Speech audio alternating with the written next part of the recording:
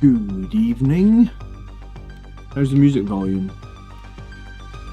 Too loud? Too quiet?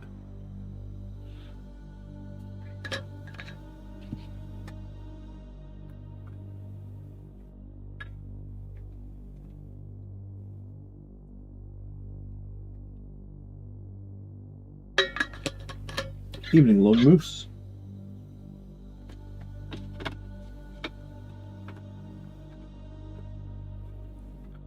Gonna continue with my never-ending quest to get more and more Death Company Marines painted. This guy has a lot of dust on him, actually. Jeez, oh. This guy must have been in a drawer for a long time.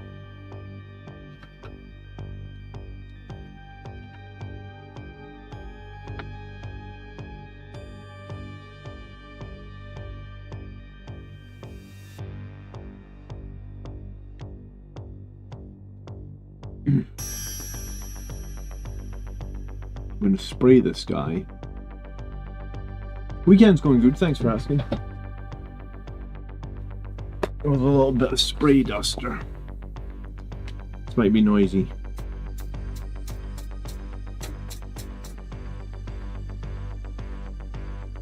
That removed most of the dust.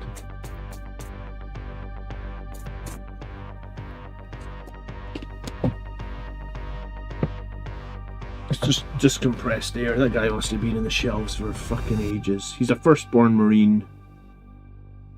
Death Company with a Power Fist. God, my brain's not working tonight apparently.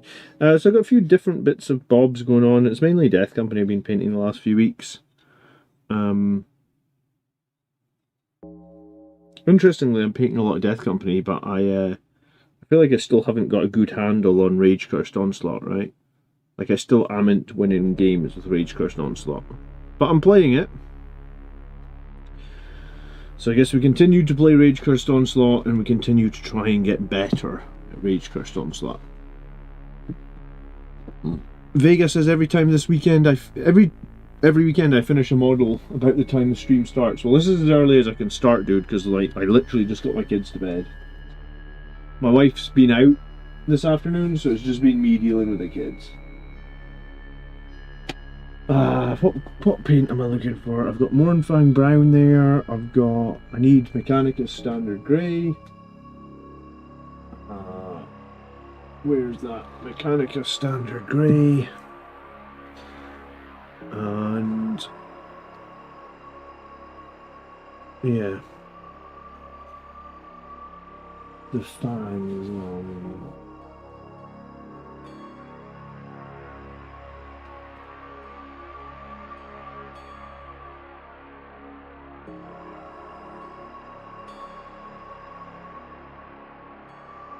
Already take that out. Oh, maybe. Yeah, okay. Alright, we got enough to get going with, I think.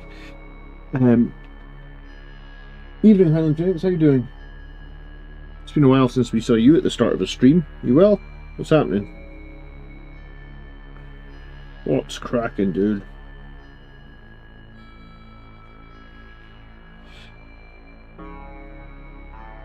It's almost 1 PM on the West Coast. Yeah, I guess you're 8 hours behind me on the West Coast. Because it's almost 9 PM here.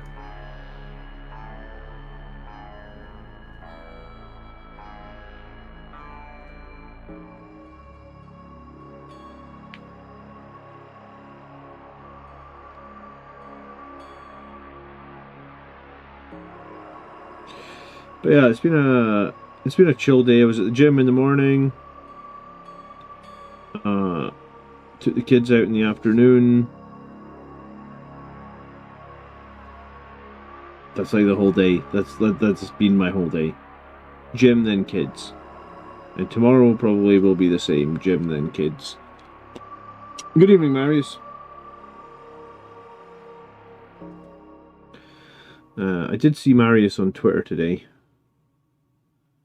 Getting very upset. Marius, you seem to wind everybody up on Twitter these days, don't you? Or X, as we need to call it now, huh?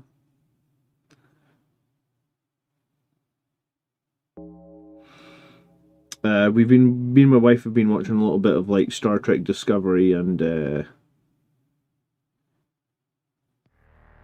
think we've almost finished it. I really don't know how I feel about the new Star Trek. I feel like the old Star Trek was much better. How do I know what my next opponent for a battle report will be? It's probably going to be, I think Colin was wanting to play, so it's probably going to be Death Guard, man.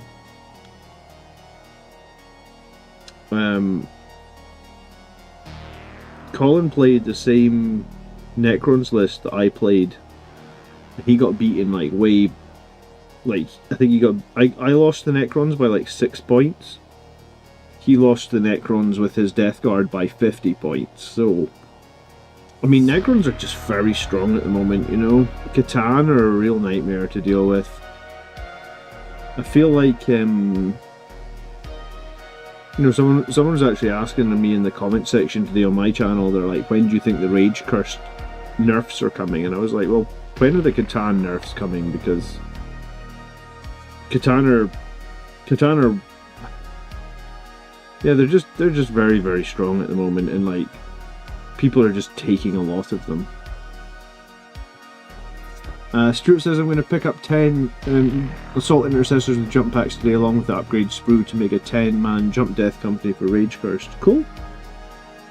I mean, I feel like you want 20 jump death company in Rage Cursed. Like, you just want a lot of them. They're the best. They're probably the best unit. The trick, I guess, with them is, like, expect them to die very, very quickly. Death Company don't really live, even if you've got CP for, like, the 5-up Feel No Pain. I feel like it very rarely feels massively meaningful. Usually the second they're targeted, they're dead, right? I love that you watched a show that never hired a Scotsman to play... yeah, I mean, the original Star Trek movies, it was a Canadian that played the guy called Scotty. I don't even really know why they put him from Scotland. His name was Mr. Scott in the originals, right? That's why they called him Scotty, not because he was Scottish. But regardless, he wasn't Scottish, he was Canadian. I have a very, like, I really enjoyed watching Star Trek when I grew up. To be fair, there wasn't that much good TV. Like, you're kind of spoiled for TV these days, right? There wasn't that much science fiction on the television in the 90s, right? Or decent science fiction, I would say.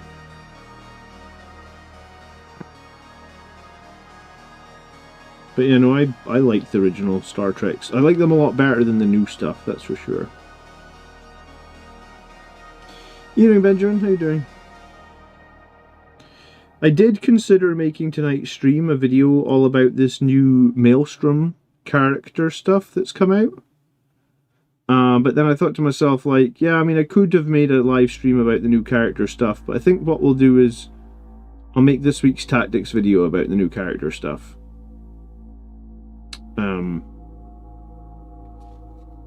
So you can expect that on Friday. I've looked at it very briefly, I guess. I think it's pretty cool. I like the idea of giving a Dreadnought a 4-up invulnerable save. And also I like the idea that the Dreadnought can also take, like, the Ballistus Las Cannon and a Power Fist. Or is it maybe called a Redemptor Fist? So I like the fact that you could maybe make, like, a... Well, it's like a combo of all 3 Dreadnoughts, right? You could have the Dreadnought with the Ballistus Las Cannon, you could have the Multi-Meltas from the Brutalis, and you could have the Power Fist from the Redemptor Dreadnought. So it's like you can take all 3 Dreadnoughts on one chassis, and you can give it a 4-up invuln save. I think that sounds pretty cool. I think you'd also make it that you can use stratagems on it for free, so you could, like, be advancing and charging every turn with it as well. So I'm interested in that. That's probably what we're going to be talking about on Friday.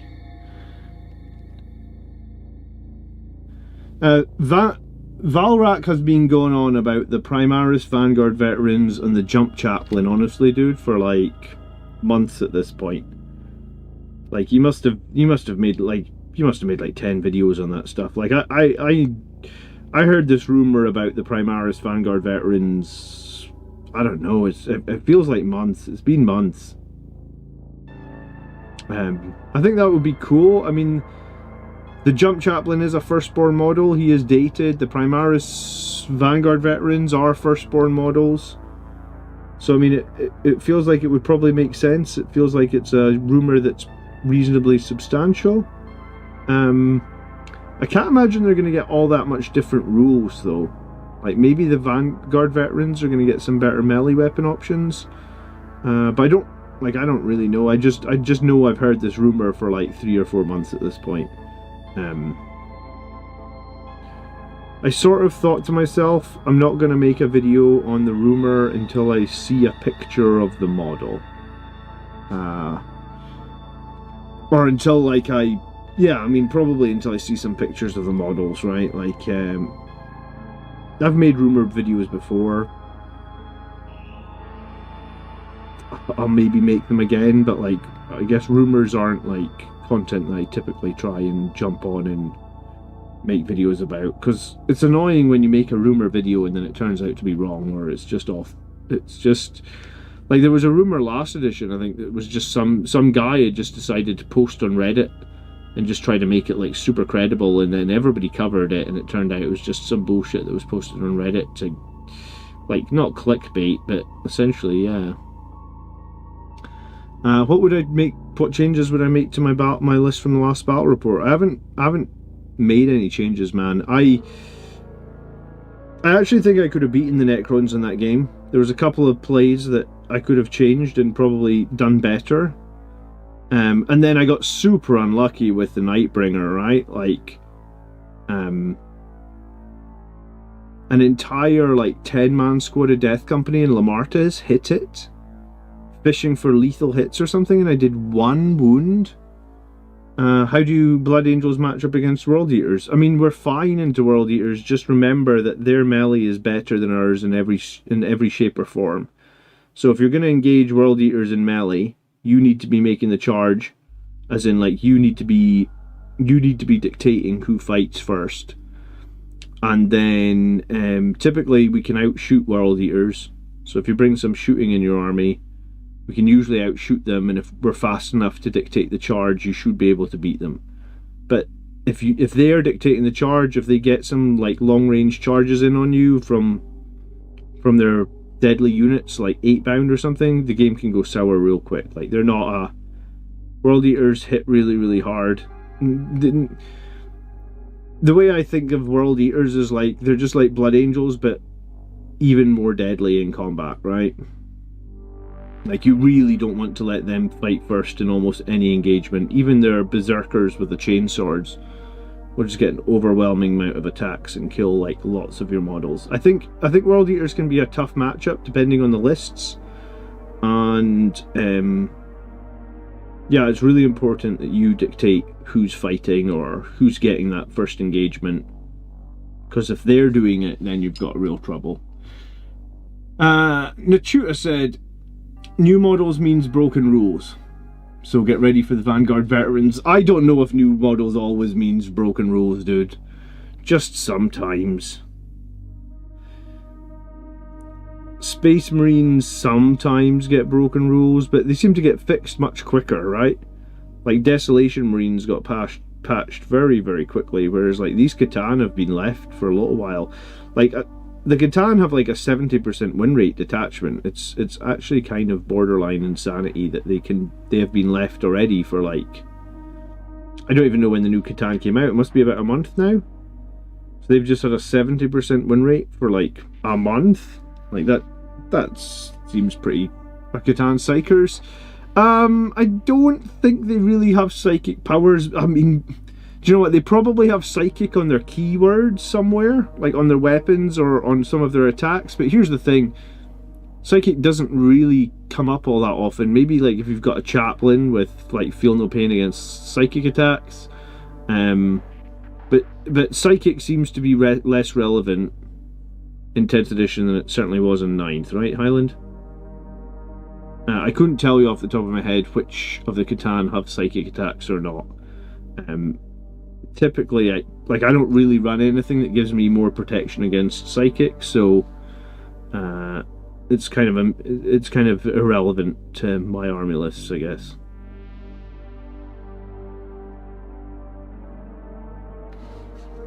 Howdy, Captain America. Good evening. I mean, speaking of Captain America, thanks for deciding to come back for the new Avengers movie. I know you needed a break, but I'm looking forward to Avengers, whatever, I don't even know what it's called. Is it called Doomsday still, or have they changed the name of it?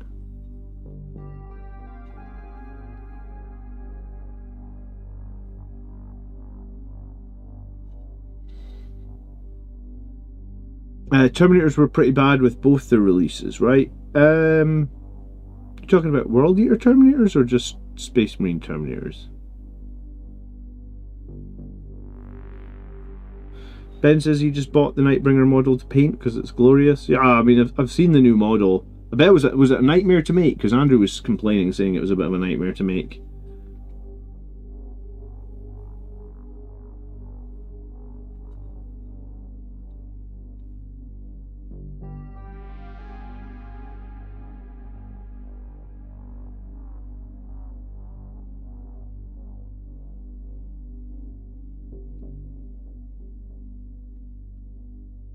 The generic ones, first the Leviathan and then the Assault ones, they didn't have broken rules. Yeah, that's true. The Space Marine Terminators really didn't get... They didn't shake out all that well this edition at all, did they? Yeah, I mean, Terminators... I don't know if we just want to say Terminators got unlucky, but yeah, even with the recent rules, I would say they're kind of average. Don't think they're amazing. Good point, Marius. Not all Space Marine stuff is overpowered. It was the most fiddly model ever. You know what? I built Lord Leixus, and I thought that was crazy fiddly.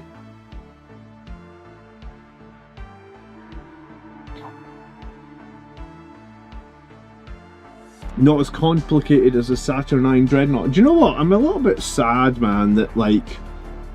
I used to quite like doing the Forge World kits. You know, like, there was that whole... Like, Forge World felt like kits for, like, the more experienced hobbyists, you know? It was like, you've done the plastic kits, now you can do something a little bit more tricky with some of these Forge World kits. So I quite liked feeling that, like, I don't think I'm the greatest hobbyist. I definitely don't think I'm the greatest painter. I think I could be a good painter if I didn't have the commitments that I have. Like, if I had more, like, I feel like if I had more time, I would be a pretty good painter. I think my brush control has got a lot better over the years, right? But regardless, I quite liked the fact that, like, Forge World kits felt like, you know, like when you got one, because you didn't buy them all the time because they're expensive, right? When you got one, you were like, ooh, cool, I've got something unique and Forge Worldy, and not that many people have it as well, right? Because it was expensive and kind of different. So I kind of miss the fact that, like, that was a thing that I used to do in the previous editions, where it wasn't something I was doing super commonly. Like, I was in the hobby for like 9 years, and I think I had like 5 Forge World kits. I had 2 Contemptor Dreadnoughts, a Leviathan Dreadnought, a super heavy falchion tank, which is basically like similar to oh, what's it similar to? Think, John. Fellblade, similar to the Fellblade. And then I think I had a Cerberus, which is like sort of the size of a Land Raider, but just has like a huge big double twin-linked cannon on the front of it. So I feel like I was quite enjoying occasionally, like I said, not often, but I feel like I was quite enjoying occasionally buying Forge World kits. Oh, and I had a Terax Siege Drill. So yeah, I think I had like 5 Forge World kits, and then this edition kind of just like shat over the idea of like people having Forge World kits anymore. little bit sad, isn't it? I liked having them.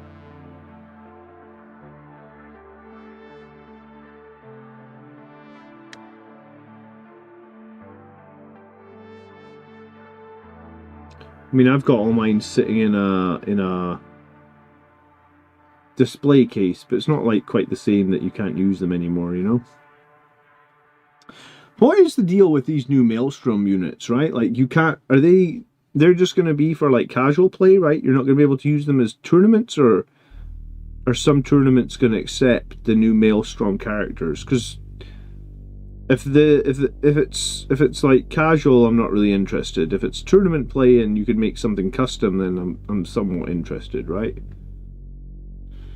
I've got the Forge World Cataphracti Terminators to build. Do you know what? I've got a Dawnbreaker cohort. I've got one Dawnbreaker cohort to build, which I'm going to convert.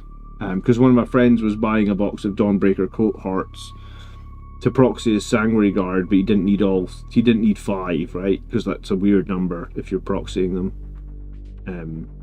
So I was like, well, if you're going to buy a box of Dawnbreaker cohorts, I'll buy one of them off you, because I've never had any. I don't think real tournaments are going to allow them. That's super disappointing, man.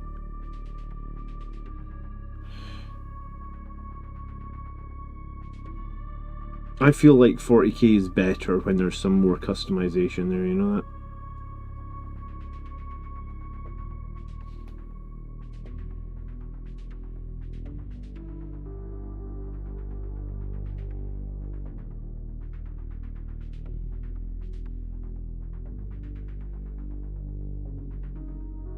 Depends on the organizer, yeah. I'd go to a tournament if it was gonna... I would like to see some of the custom bits and bobs, man. I think it helps keep the game a bit fresher.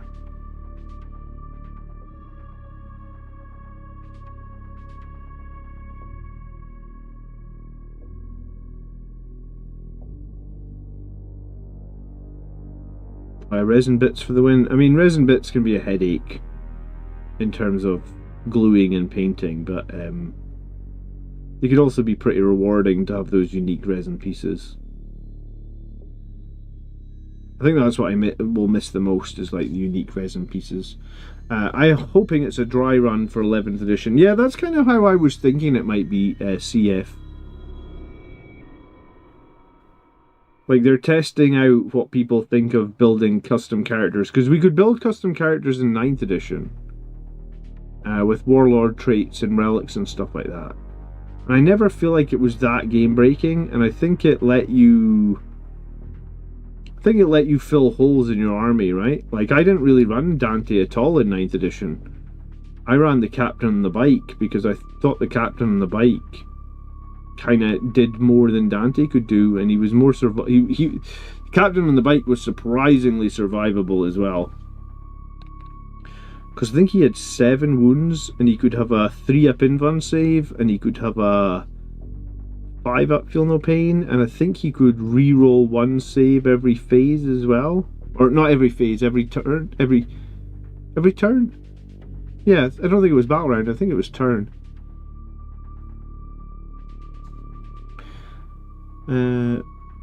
Veggie says, I'm in love with resin. I wouldn't go that far, dude.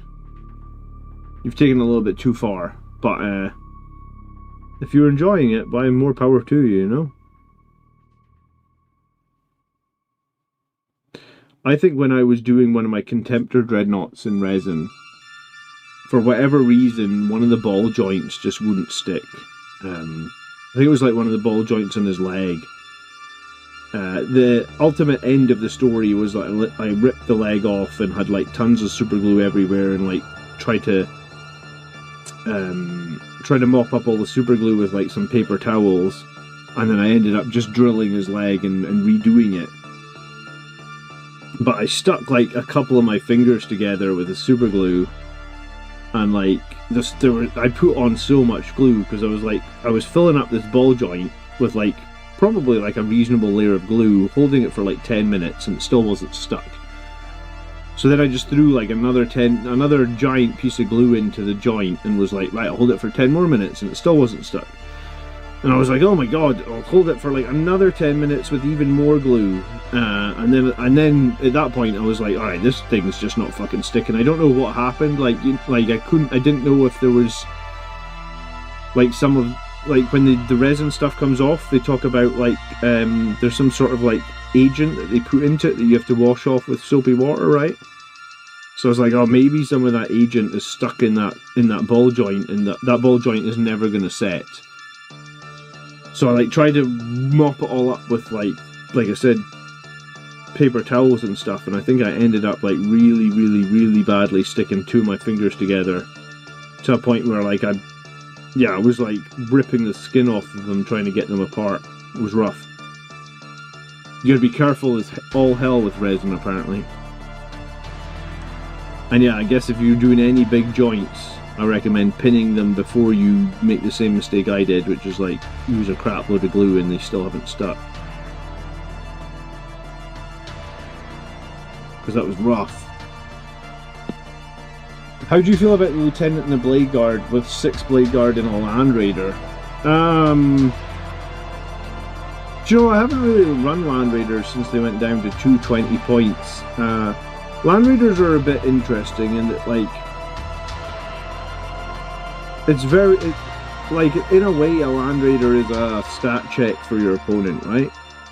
Like, can your opponent take down a toughness 12 vehicle with 16 wounds that's got a 2-up save, or can they not? Right? And like you will play matchups where like they just can't deal with that. And then the Land Raider in that matchup will be like a giant MVP. It's shooting things everywhere, it's delivering troops everywhere, it's delivering its OC. And then you'll play other matches, like I've been playing against a crap load of AP4 at the moment. And AP4 feels really, really bad for Marines to deal with, so suddenly your Land Raider's probably only saving on 6s, maybe you get cover so you could save on 5s. But you know, you're playing against Necrons, they're able to throw like quite a lot of AP4 at you, and it's like quite high damage. You know, like the Ghost Arcs are just flat 4 damage, and they can throw D6 plus 1 shots. They can reroll 2s to... They can hit on 2s and they can reroll 1s to hit. So statistically, against a Land Raider, they should be getting like 4 successful hits. They're probably wounding you in 3s. I think they can reroll the 1s on those as well. So like, into certain matchups, Land Raiders can just get annihilated. And you've spent 220 points on them for them to just get annihilated in 1 round of shooting. It's rough. Taking Land Raiders to tournaments this edition, I don't mind it. But like I said, I suppose they're in some ways they're a stat check for your opponents. But in other ways they can also be like a stat check for you, right? Because like, you could have a matchup where like you're just like, oh my god, my Land Raider is just going to get shot off the table and there's nothing I can do about it.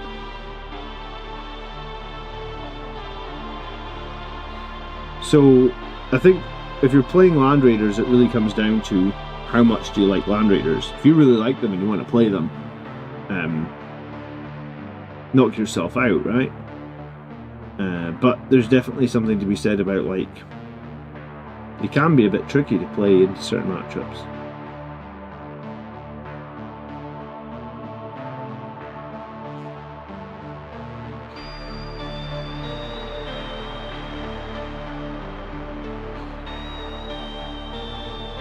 I saw in the Discord today someone's copied my idea of the Spear Guard, which is a Blade Guard with a Sangori Spear. Sangori Guard Spear, excuse me. I thought it looked pretty cool. I think we should all email Games Workshop and ask them to release a squad called the Spear Guard for Blood Angels. They've got to be better than Blade Guard as well. We've got to paint them gold, right?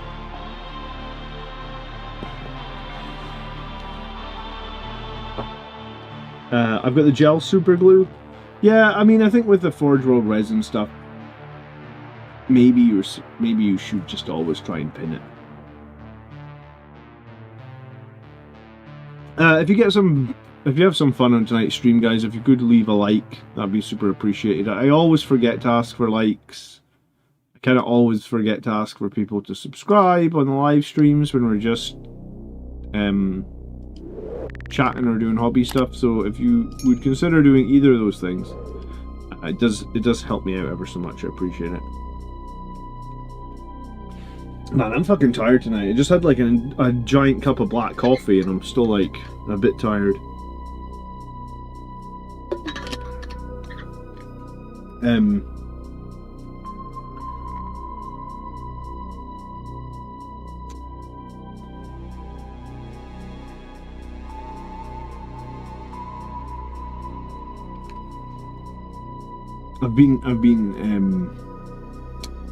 was gonna say maybe I overdid it in the gym again today. I've been really trying to hit the gym really hard. I mean, I've been hitting the gym 4 times a week for like 20 months at this point. But now like 20 months in, now I feel like I can push a bit harder. I guess because most of my muscles are trained a little bit, I guess. So now I'm just hitting the gym really hard all the time. I feel good for it, but I guess I'm feeling tired today. It's weird that like the gym is obviously a physical thing, but I feel a bit mentally tired. I almost missed my last session, sat in front of YouTube and got Cornate Gaines videos. Do you know what, dude? I saw Cornate Gaines video this week. If you guys don't know who Cornate Gaines is, he's this guy who's got like a... I don't even know if his channel covers all that much corn stuff, does it? He just does he's just a 40k guy that does exercise, or does he actually do a bunch of World Eaters content? I actually don't know. Because every time I see his video, it's just him like lifting weights or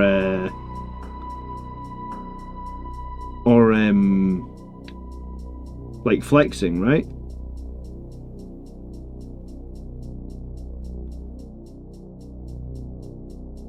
So far I've put my Blade Guard squad an axe, a Sangre Guard sword, and a Judasar staff. Do you know what? The axe is a great idea, actually. I want to do a Blade Guard with an axe.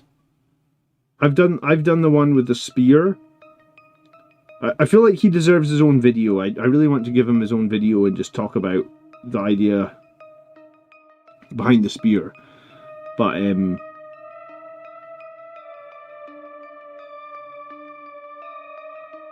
I think he's just a general jobby channel. He talks about releases and current events. Right, well, I saw Cornate Gaines, I think it was today or yesterday, Marius, and he's doing dumbbell curls on 20 kilograms, right? And he can do 20 of them. And like, I think the last few reps, for him, he was really struggling. Like, he looked like he was struggling on like, probably like, because I fast forwarded it a little bit maybe. Because I was like, I was wondering how many reps he was doing at 20 kilograms. And I think he's doing 20 reps, and he was probably struggling a bit from like rep 15 or something.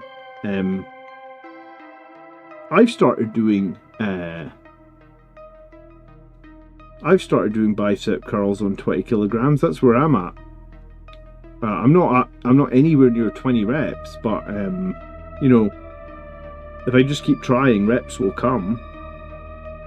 I actually hit a personal best today, this morning, which was 9 reps, and then I did a second set, and my second set's usually shit after the first set, and it was also 9 reps. So it'll come if you stick with it.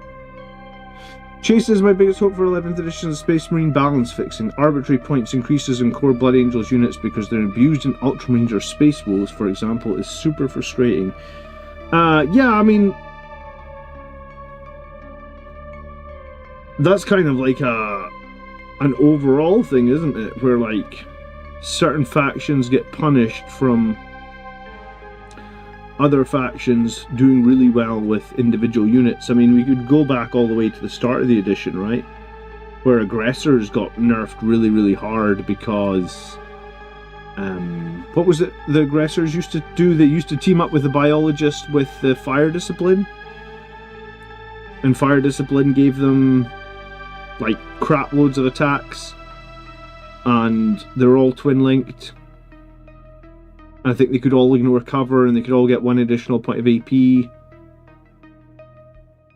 Yeah, the aggressors were very, very good in the early edition, and then they got nerfed twice, I think. I want to say aggressors were like as little as 80 points for 3, and then it was like, no, they're 90 points for 3, and then it was like, no, they're 100 points for 3, and then it was like, no, they're 110 points for 3, just because everybody in Ultramarines was using them, and they basically killed them for every other detachment. I mean, they killed them for the Ultramarines as well, but they killed them for everybody else. And I agree with you, Chase. I think that's a really bad way of balancing stuff. Like, surely the way of balancing that was just change something in that detachment as opposed to hurt it for everybody else.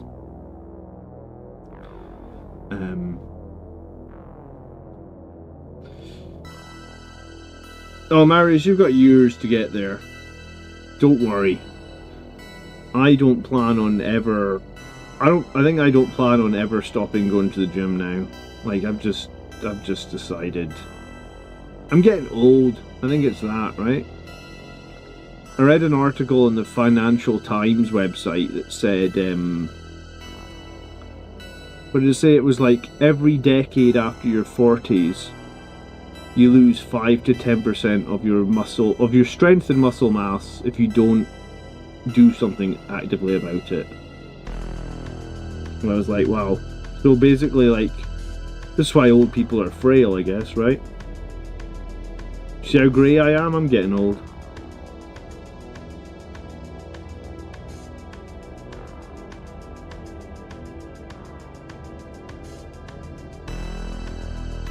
There's that poem. I think it was famously in one of the war movies where they were like, I think it was in Interstellar as well. It's called, like, what's the poem called? It's called like I will not go quietly into the good night. And it's like a poem about like fighting back against like your mortality. A few famous actors have done the poem. I know Anthony Hopkins has done it. Every decade after your 40s, you're more likely to read the Financial Times. Yeah, I guess that too, huh? Rage Against the Dying of the Light. Yeah, it's an interesting poem. It basically means that, like, you're sort of aware that you're reaching a point in your life where your mortality is, like, like, I'm 42, so, like, neither my father nor his grandfather got to 85, or 84 rather, like, neither of them got to 84. So you sort of know, like, so, you know, you start questioning, like, have I had half my life already? Is that a thing? I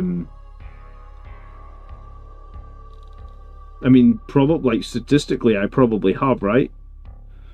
So if I'm just going to sit on my arse all day, and, how much can you bench? I don't really do bench press, man.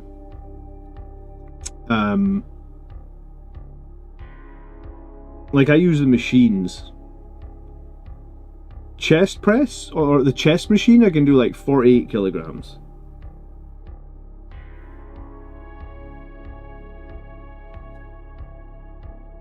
But I mean, like I said, I only started going to the gym like 20 months ago. So I've got some time to make up, right? Atlas says I might finally go to my first GT. There's one in Wales. You should do it, man, because even if you don't do well in your first GT, it's a good experience and you'll make some friends and you'll feel less daunted about doing your next one. It took me like 10 GTs before I even got to the top table. As in, like, you know, because a GT is typically 5 games, right? And to get to the top table, as in, like, you're playing the final, you need to win your first 4 games in a row. Took me 10 games to get to my first top, or 10 GTs, excuse me, to get to my first top table. And see, the first time I got to the top table, oh my god, did I play bad. It's probably the worst game of Warhammer I've ever played in my life. I brought in a unit of Terminators from reserve, like Deep Strike, and forgot to roll the charge roll, right? It was like, My opponent must have loved it. He must have been like, this is the easiest GT I've ever won, because god damn it did I fuck up in that final game. Like, I just made I feel like I made mistake after mistake after mistake, but the Terminator mistake was tragic, because those Terminators had kind of been my ace in my hole the whole tournament, and all of a sudden I just forgot to charge them in the final. Like, are you fucking shitting me? So you should go and you should practice. 50% of men don't get to 75. Well, so at that point you're telling me that to get beyond 75, you need to be consciously doing something about it, Marius, right? Like, I need to be not overweight. I need to be reasonably active. I need to make sure all my muscles are still firing. So yeah, I've got I don't know if I've got like a mortality problem, but I'm definitely conscious of it, and I think probably, unless something drastically changes, I'm probably going to go to the gym. I probably would like to not keep going 4 times a week. Like, I would like to get to a point where I feel I've built enough muscle where I'd be like, I can only go 3 times a week now. But at least for probably like the next couple of years, I'm going to continue my quest to go to the gym 4 times a week, every week. And maybe if I keep pushing, I'll get to a point where I'll feel confident to drop that to 3 times a week. I think that's what you got to do.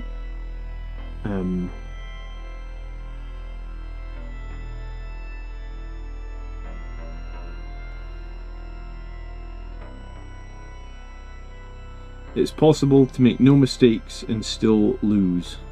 Jean-Luc Picard. Are GT's turn spectator friendly? Yeah, pretty spectator friendly, right? Like,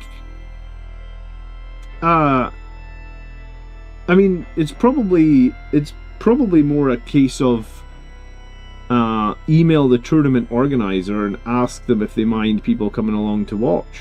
I can't imagine many of them would say no. Like, I've been to GTs where there's just people, like people that have been out of the hobby for a while, or people that are wanting to get into tournament play have just been like milling around, watching or chatting, or you know, getting involved between the rounds.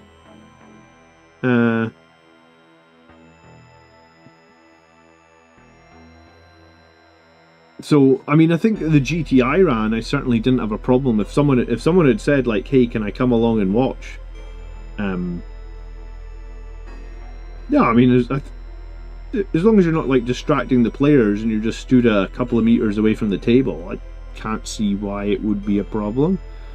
Usually, like, the people are so wrapped up in their game, they don't even notice that they're being watched, right? And I mean, like, seeing the GTs that I've been at the final table, right? Like, you know, 5 games in, the 2 players that have got 4 wins, 0 losses are on the final table. Like, on that final table, a crowd will gather around, right? Because they know whoever wins this game is going to win the GT. So assuming that like, you know, like the tables are numbered, so like table 1, for example, if you're playing on table 1 in game 5, then arguably if you win that game, you've won the tournament. So like I don't know, if there's 30 people at the GT, you could literally have 20 of them standing around watching the last couple of turns, because they've all finished their games and they know whoever wins this match is winning the GT, right? So you're gonna encounter that anyway at a tournament,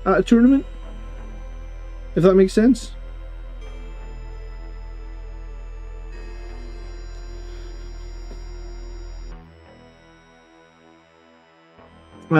First world life expectancy is way different. I bet you in Scotland for men it's not that great. Scotland male life expectancy. The average life expectancy for males in Scotland is 77 years. So statistically I have less than 35 years left. So like the way I see it, so my daughter's 6. If I'm 42, so like statistically, if I keep myself where I am, and I die because I'm 77, God, this has become a morbid stream, hasn't it? I'll be dead before my daughter's my age now. I'm not really up for that, you know? Like, I'm up for being around a bit longer than that, to be honest with you. So that's my... That's what I'm going to try and achieve.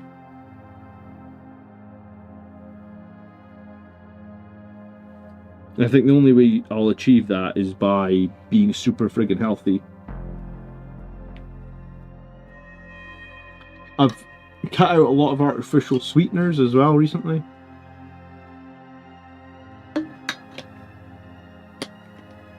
My dream is to make it to 94 when my daughter would be an OAP, but realistically, I'll be happy to see her 40. Well, I mean, the best chance of seeing her to 94, man, will be...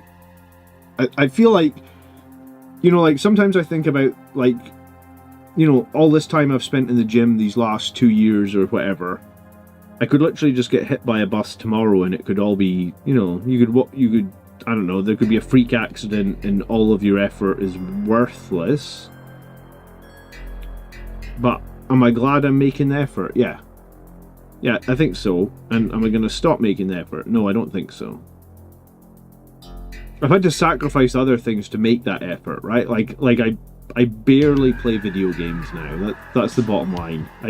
When I wasn't doing work or Warhammer or the channel, I would play quite a bit of video games. I guess that's what I would do in my free time. I would just sit in the living room on my arse playing the PlayStation 5. Maybe my favourite game over the last couple of years was the God of War they weren't remakes. The PlayStation 5 God of Wars. I really like those games. They're the only two games that have done like the Platinum Trophy on PlayStation 5.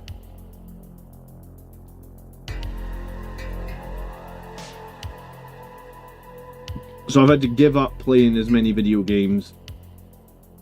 It's fine. I mean, I'll be retired one day. I'll have time for video games when I'm retired. Hello, Andrew.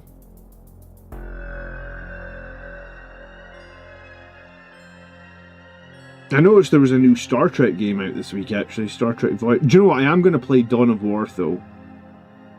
Like, I'm going to find a way to play Dawn of War 4. I'm definitely playing that. I really hope they have, like, a PvP mode or whatever it is. Like, where we can play against other people.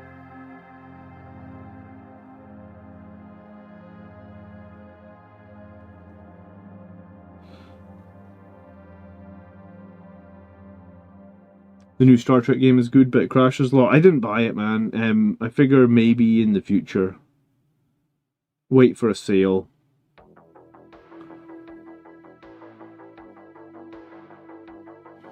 Oh, you're playing the Voyager game as well? Oh, that's funny. I guess everybody's playing that Voyager game. I wasn't sure.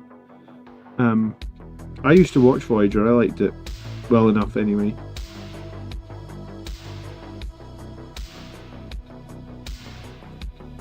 Evening, Michael. I don't think I said hello to you or I didn't see you sneak in. How are you?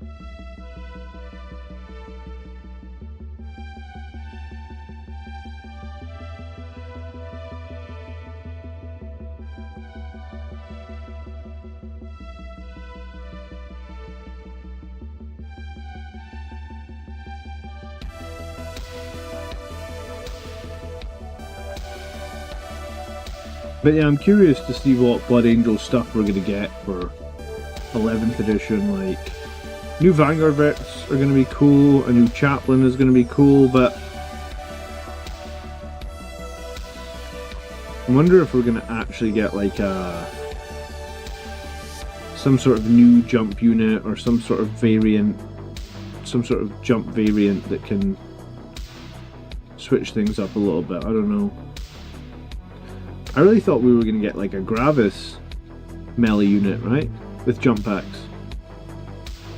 I thought that would have been neat.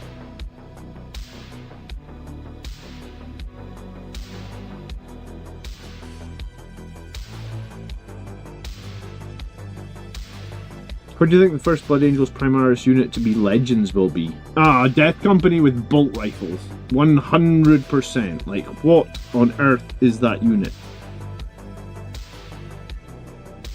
Like, since the day that unit was announced, I was just be like, what is this unit? Why does it even exist?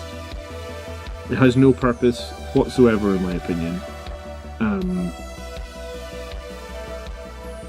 I don't know who's running Death Company with bolt rifles on foot, but I feel like nobody is. What do we hate more, Thousand Sons or Necrons? Probably Thousand Sons, right?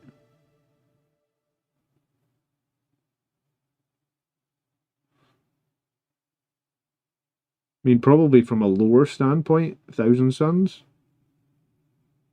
From a personal standpoint, at the moment, I mean, they're both pretty hard to play against.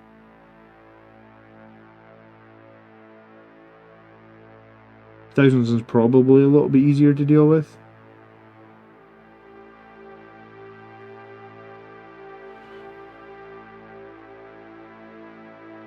Probably have the Death Company Intercessors. Yeah, I mean, that's what they were called at one point, right? They were called Death Company Intercessors. I think now in the Codex they're called Death Company with bolt rifles, which is a weird name for them anyway. But yeah, I mean, I think if a unit's got to go, it's got to be that. Like, that unit makes no sense whatsoever. Nobody runs it. Like, nobody runs it. Like, when there's a unit out there that nobody runs, they should. I really think they should do better at addressing units that are uncompetitive like that, because they're just dead space, right? Like, I don't see the point in them. Like, if anything, they're just looks bad. They're just left as a, I don't even know what you would call it, like, as a, I was gonna say like as a paperweight, but it's more just like, what, they've got no point. They don't do anything. Nobody runs them. Like, why do they even exist? Like, I'm gonna say someone in chat's gonna be like, I really like Death Company Intercessors. But regardless of the one guy in chat that likes them, for the most part, nobody's running them, right?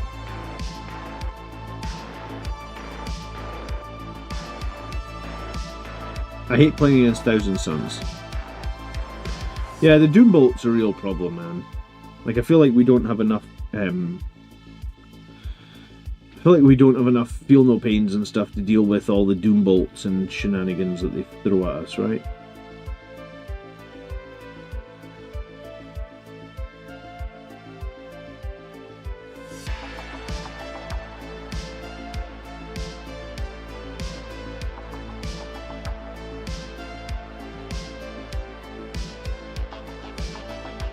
But then, I mean, Necrons at the moment in the Catan, they're just so obnoxious.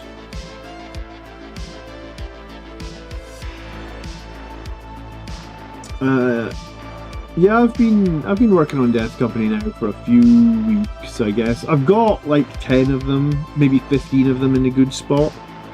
But I definitely don't have Death Company with Eviscerators in a good spot. And I hadn't bothered with the new Lamartas, honestly, because probably just because I wasn't running them all that much. So it's nice to get some improved rules for them and spend a bit of time on them, and I'm quite motivated. I stupidly wasted most of my winter holiday, because obviously I was off work for a couple of weeks at Christmas. I stupidly wasted it. I think that's what I was doing. I was playing some Battlefield 6, is it?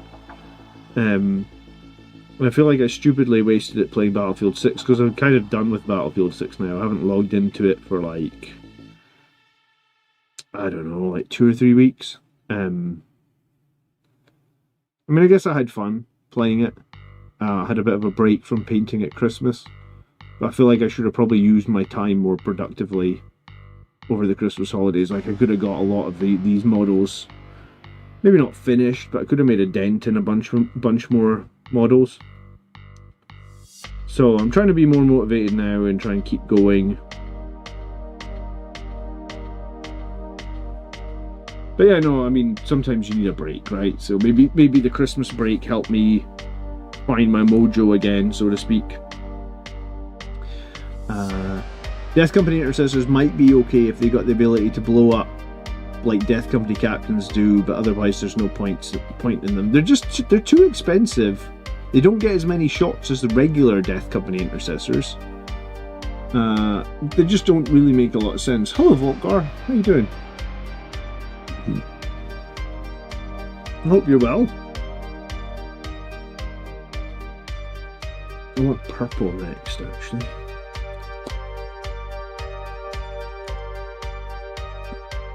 What even paint is this? Screamer Pink, that's the one. Screamer Pink.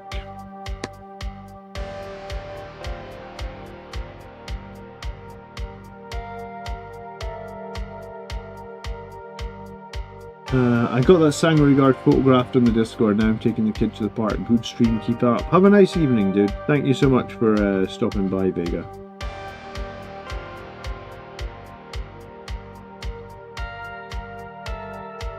Yeah, I'm doing great, man.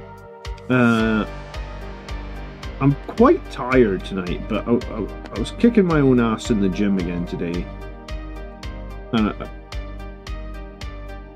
And I've been trying to diet as well. New year, you know.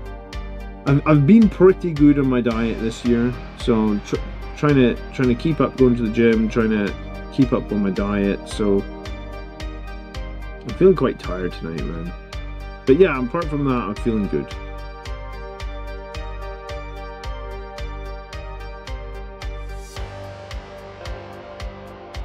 My kids didn't even wake me this morning until like 10 to 9 as well, so it's like, that's actually quite a late lie-in for me, because on weekdays I have to get up at like 7:30. So I got like an hour extra sleep, and I'm still feeling tired.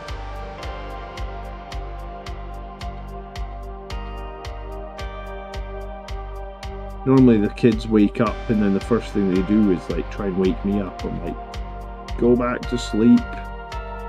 It's the one day a week I don't have to get up early.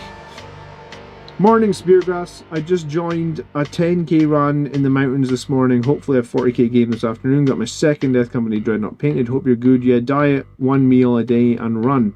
You're doing OMAD, are you, man? Good for you if you are. That's some serious nonsense. I never tried OMAD. Anyone doesn't know, OMAD is 1 meal a day. I guess you're supposed to eat like all your calories and nutrition in 1 meal, and then you fast for like 23 hours, and you do that every day. I did a 39-hour fast over the Christmas holidays, and I was gonna try and do, because we've got Easter holidays coming up here in Scotland. They are at the end of March. I was going to try and take it a step further in March and go for like maybe at least hit 40 hours. Maybe if it's all going well, maybe aim for like 48 hours. I feel like if you're fasting, you need to practice and build it up, same as anything. But my 39-hour fast in the Christmas holidays went pretty well. I never actually felt like unwell or really hungry on that fast. It was good. 65 years old, 500 meters vert. I don't know what that means, sorry. Keeping in shape is tiring, and that's before the parent job and the rest. Yeah, no, I mean, keeping in shape isn't like, I'm starting to rate that like really, really highly on my list of priorities. Because I didn't keep myself in shape in like my 20s or 30s.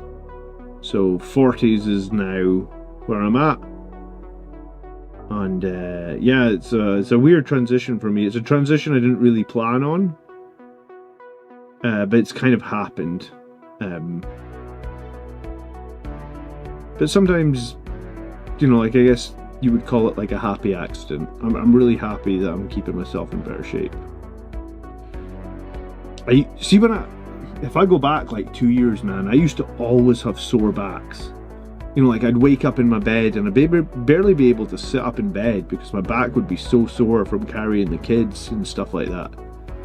I just don't have a sore back ever now. I mean, it's because I do deadlifts.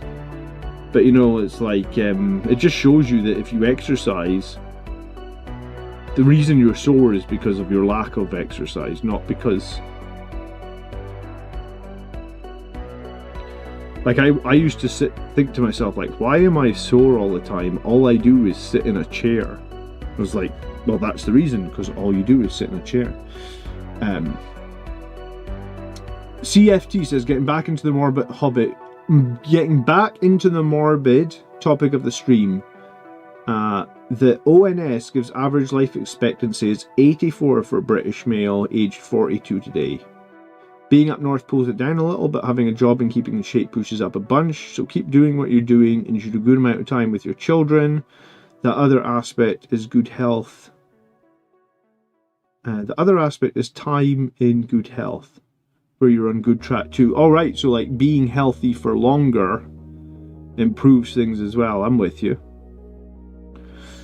No, yeah, I appreciate that. No, I'm dead set on trying to be much more healthy, man. If anyone is, if anyone wants to make anyone watching my streams ever wants to ask a question about health or what I did to get started, by all means. I'm so passionate about it now. Like, I've got some friends in real life I'm really badgering. I'm like, dude, you've got kids. Come on, man, you need to be healthier. Like, you can't be eating McDonald's 5 times a week. Come on, let's be real here. Oh, I mean, you can eat McDonald's 5 times a week, but do you want to be there for your kids in 30 years' time, you know? Nothing against McDonald's, you know? But,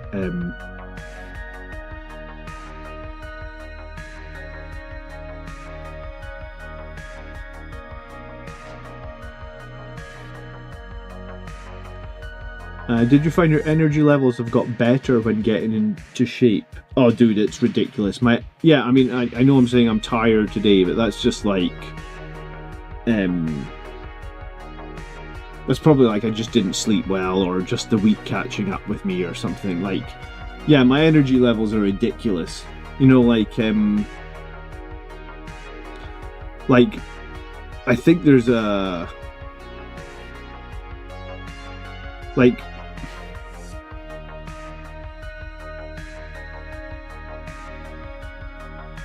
if I work out like really hard for like 3 hours or something, yeah, I might have a bit of like lower energy for the rest of the day. But like on other days, you know, like my energy levels are just, I would say they're like 2 or 3 times better than they were when I was out of shape. And you know, if you go to like a Warhammer 40k tournament, at the end of the tournament, everybody, not everybody, half the people you go to tournaments are complaining about having a sore back or something like that, you know, from bending over the table. I'm like, I don't even, you know, my back is 100% fine. Or people complain about like sore legs or sore feet or anything like that. I'm like, nah, I don't have any of that, man.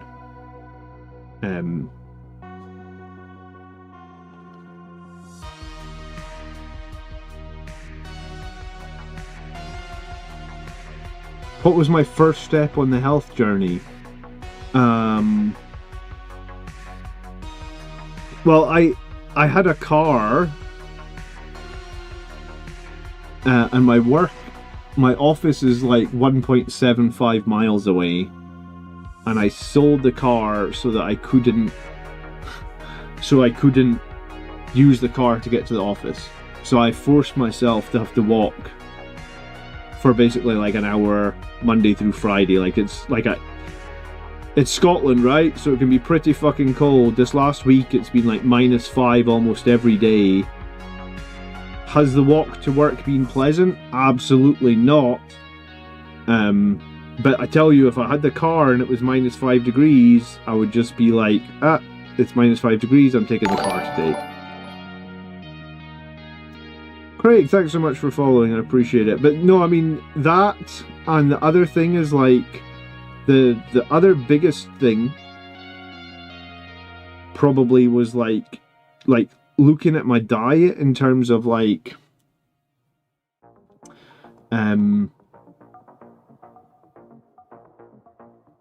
for example, like, let's say 18 months ago, I would eat a packet of crisps every day. You would think, it's one packet of crisps, it's not that bad for you. But, like, I was trying to think about this in my head. At what point did I decide to stop eating fruit and just eat crap all the time? You know? Because, like, we've got a fruit bowl in our house that's always got bananas and apples and oranges, and we usually have strawberries. Sometimes we have pears. And all this food is good food, right? Dude, thank you so much for the gifted, man. I really do appreciate it, Volcar. But, like, regardless of having all this nice food, and, like, if you really boil it down, like, apples are pretty delicious. They're a great snack, right? You don't have to do anything with them. You just pick them up. You don't even have to take a wrapper off them. They're a good snack. They're healthy. They got lots of stuff in them that's healthy. But, like, I'd always just pick a bag of crisps over the apples. So I was actually talking to Marius about this. And, like, here's a good example, right? Imagine here's your diet, right? 0 is, I don't know, you eat McDonald's for every meal. And 10 is, like, your diet's like one of these, like, crazy clean people where your diet is perfect, okay? So put your diet on, like, a scale of 1 to 10. Like, don't bullshit me. Like, what's your diet? Let's just say it's a 4, right? If let's say you went to get, like, a personal trainer or someone like that, they're going to try and take you from your 4 all the way to your 9 or 10, right? And you're never going to manage that. I couldn't even manage 9 or 10, right? Like, I've been trying for 18 months, 20 months to improve my diet to, like, a 9 or... to improve my diet, but I'm still nowhere near a 9 or 10, I imagine. Maybe I would say my diet's now maybe like a 7 or an 8, right? But, like, wherever you are on that scale, rather than, like, trying to jump to the very end of the scale and be like, now I'm going to go on this diet that's perfectly clean eating all the time, whatever you want to call it, which is completely unsustainable, right? Because, like, if I told you you can only have rice and chicken every single day to be super healthy, you're not going to be able to do that for more than, like, a week, and then you're going to just fall off the wagon, right? So the thing that helped me was the guy was saying, like, what if we just take your diet, let's say your diet's a 4, why don't we just take it to 5? Like, why don't we just cut out crisps 5 days a week and replace that with an apple? Why don't we, I don't know, cut out some Mars bar or some shit you have after dinner, or chocolate dessert, and replace that with, like, a protein yogurt, right? Like, I think the trick is to find the little changes. Because if you can find the little changes, they'll all stack up and be really meaningful. And, like, I feel like I haven't actually had to change all that much. And, like, I'm not really on a diet anymore. I just eat this way now forever. And yeah, I mean, like, I was away for a weekend and had a giant bag of crisps and had, like, 6 beers or something. And then maybe I had, like, a glass of champagne, or, you know, like, I had a few more drinks as well. So it's not like my diet's going to be perfect all the time, 365. It's not. That's unrealistic. But if my diet is going to be, like, pretty good 90% of the time, then I'm all good, right? But yeah, I think the biggest win is to try and find those little things you don't realize how bad they're fucking up your diet. Have I fallen off the wagon this year? No. I was away for one weekend this year, so, like, I didn't do any, like, that weekend I just, like, you know, we went to see some friends, we had Chinese takeaway. I ordered a pretty giant Chinese takeaway. Like, I ordered, like, so much food, because I guess I'd been on a diet for a month. But it was just one day, and then I just straight back on it the next day, right? And I'm actually going to see a friend next weekend. So when I see my friend next weekend, I know that I'm probably going to have, like, 10 beers. But that doesn't matter. I'll have 10 beers on the Saturday. On the Sunday, I'll just make good, healthy choices as often as I can again and continue, right? Yeah, Michael Jones says that's very true. We saw another streamer make the point that when you start the diet, can you think, would I be happy doing this diet still in 5 years? Well, see, that's why diets typically, like, if we're talking about like diet as like, you know, like I'm going to diet for a month to lose some weight, diets don't work, right? Every time you come off the diet, quote unquote, you're just going to put it back on. So it's more about like you need to change how you eat, period.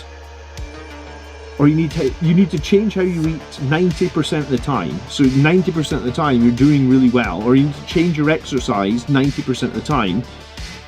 Like for example, like Christmas week. Like I'm not gonna diet on Christmas week. I'm not gonna be like, oh, it's Christmas Day, I can't have an extra slice of turkey, or, you know, at Christmas time we usually make a couple of desserts. I'm not gonna do that. But like the other 90% of the year, you need to have it where it's like, this is something that I feel like I can achieve and I can do. You can't.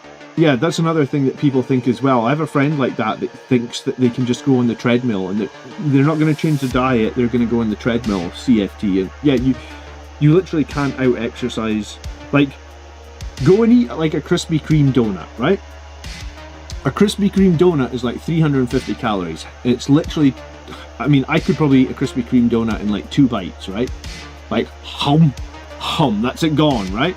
You need to literally go on the treadmill for like an hour, maybe even longer, to get rid of that donut, right? Like, you know, like that's what I'm trying to say. You can't have a Krispy Kreme donut. Hell, you could have 2 of them, as long as it's only like once a month.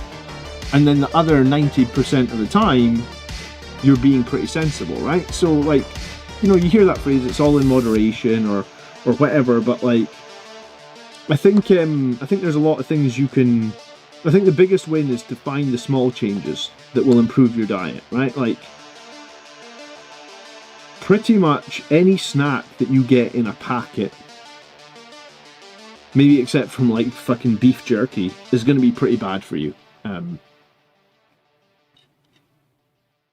But like if you think of like the modern day, everybody's eating crisps, everybody's eating chocolate bars. You know, like, if you're the person that's eating the snacks, if you're the person eating the fruit, you're almost like the abnormality, right?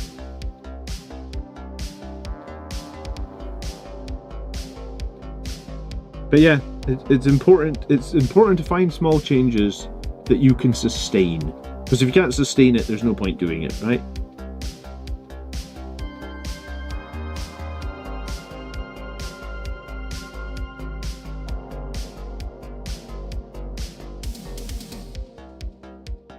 I walk for an hour a day and it's such an enjoyable part of the day. Stick on an audiobook and enjoy a bit of headspace. Completed the Horsehair series and I'm now into the Blood Angels books. Do you know what I've been doing? I've been doing the exact same thing on my walk to work. I am listening to audiobooks. At the moment, depressing isn't the 330ml can of Coca-Cola is a whole workout's worth of calories. Yeah, I mean, I would probably avoid drinks that have 30 grams of sugar in them, to be honest with you, Speargrass.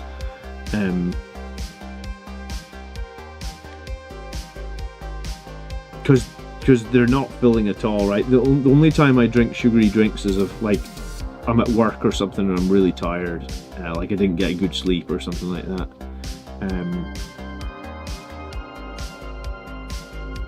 You're more than welcome, Volcar. I think it's hard to start the journey, but I think you just have to commit to it, man. But the biggest thing is find it. Yeah, I think you have to not think of it as a diet. You have to make changes that are going to be sustainable. And like, did I want to cut out crisps? No, not really. But like, so I started in like, I think it was like I'd already been exercising for like a year and a half. So it was about November last year I just decided that like, right, I was trying to cut down artificial sweeteners. And I think I cut down artificial sweeteners and crisps. And now every single day, almost without fail, I have both an apple and a banana. And then I usually probably have raspberries or something for the morning with some yogurt. And then at dinner time, I'd usually have, I don't know, like peas or sweet corn or something like that. So like I'm basically having 4 portions of fruit or veg every day. And I've literally completely cut out crisps. I've cut out like any sort of like candy, like Haribo type things. And like now that I've been doing it like 2 months, am I missing Haribo? No. Am I missing crisps? No. Do I quite like apples? Yeah, I mean, I think apples are pretty great. I enjoy my apple every day. Do I quite like bananas? Yeah, I quite enjoy my banana every day. Do I enjoy my strawberries and that every day? Yeah. So I think it's just like a thing in my mind, and like I know that like there's no fucking nutrients in crisps, man.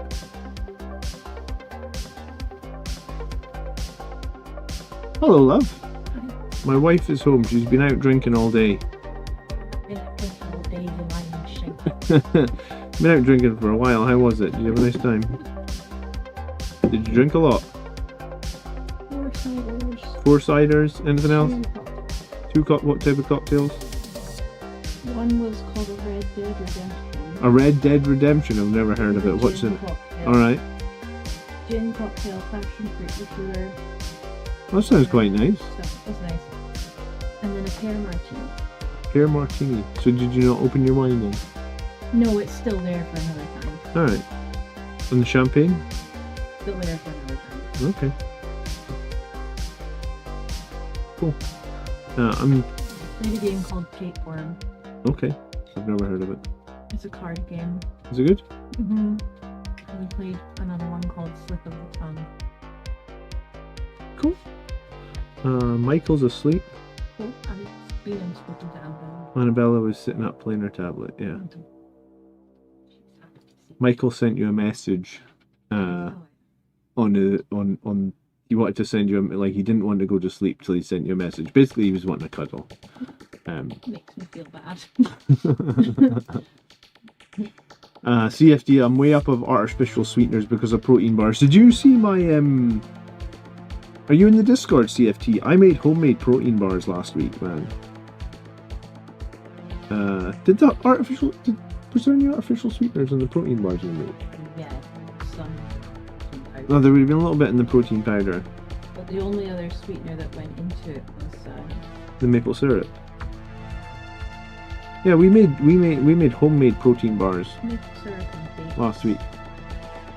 Michael says Sumas are my cheat code. The problem I have with supermarket fruit here is it's pretty tasteless, the stuff on the continent. We have someone at my work who's from Poland, and they said the same thing. They said that the fruit in Scotland was crap compared to the fruit that they had in Poland. But like, I don't know. I've lived in Scotland my whole life, so I just assume that's what fruit tastes like. Yeah, I mean, Scotland doesn't exactly have great fruit growing weather, does it? No. I put it.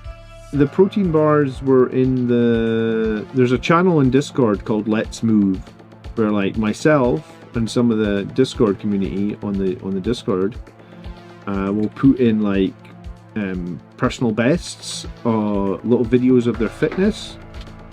And because we were talking about the homemade protein bars last week on the stream, I did put a link to some homemade protein bars that I made. I mean, I copied the recipe off another YouTuber, but they were pretty nice.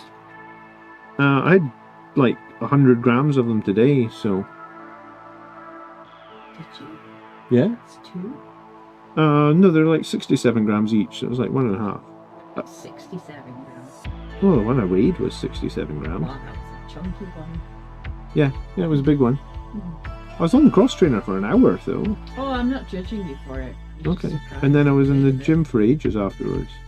I think I usually get the little ones. Because I get less calories. Yeah, you do get less calories than me. God, this Lamartus has a lot of blood drops on him, doesn't it? It's like 1, 2, 3, 4, 5. Why do you need so many blood drops?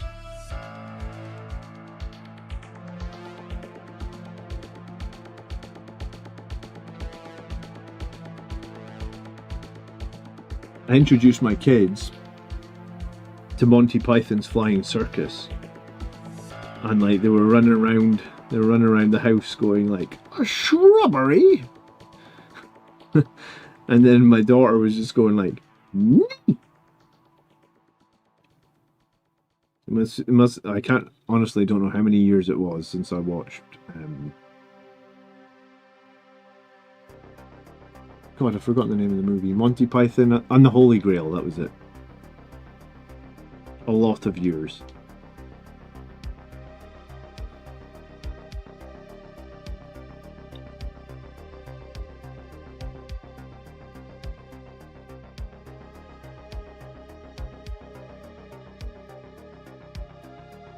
Yeah, Lamartez loves his blood drops, doesn't he? They're everywhere.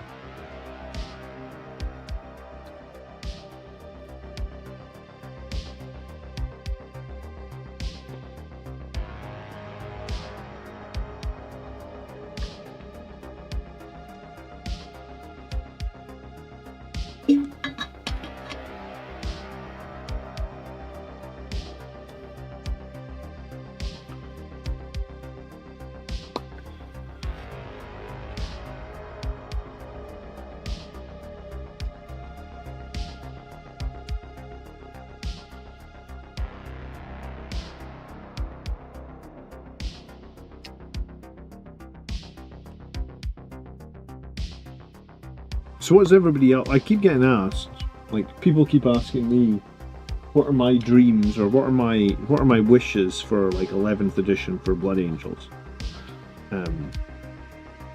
Or maybe it doesn't just have to be Blood Angels. Like, what are my wishes in general for 11th edition? Like, what do I want to see in 11th edition? What will excite me? What did I not like in 10th edition? What about chat? Has anyone got wishes for 11th? Anyone got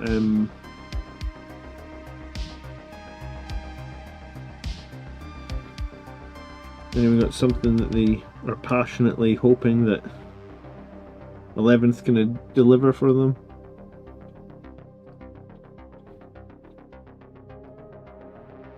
Like I said, I think one of the things I'd kind of hoped for, and I don't know if it's like copium, you know, like I'm just hoping and it's never going to happen. I'd really hoped that we'd got like a Gravis, like ever since the Gravis guys got jump packs, I was like, oh, a Gravis melee unit, rules or models, Librarian Dreadnought. That's all. That's a good one to hope for, I guess. Yeah, rules, models, anything, I guess. Like 11th edition is it's more than just Blood Angels, right?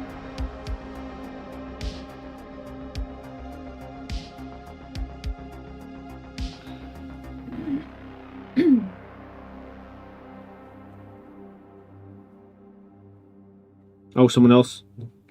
Lone Moose says Librarian Dreadnought. Yeah, I guess people are upset that we lost Librarian Dreadnought.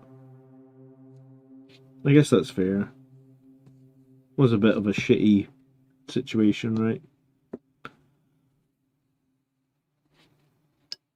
What was better, though, when the Librarian Dreadnought could teleport another unit, or when he could fly himself? Like, which version are you wanting back? Because I think in 9th edition he could fly himself, but in 10th edition, at the start of... It was the start of 10th when he could teleport other units, wasn't it?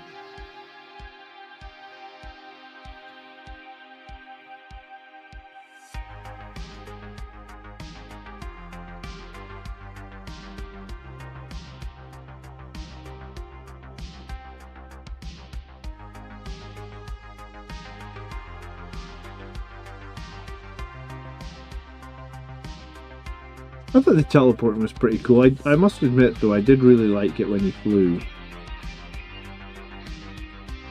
He definitely surprised some people with his flight, right? It was always satisfying as well when someone tried to deny his flying. Like I'm gonna cast the thing to let him fly. And then someone was like, I'm gonna try and deny it, and then they would deny it and then they'd fail, and then the librarian would fly 12 inches and be like right up in their face. It's like, hello, I'm here.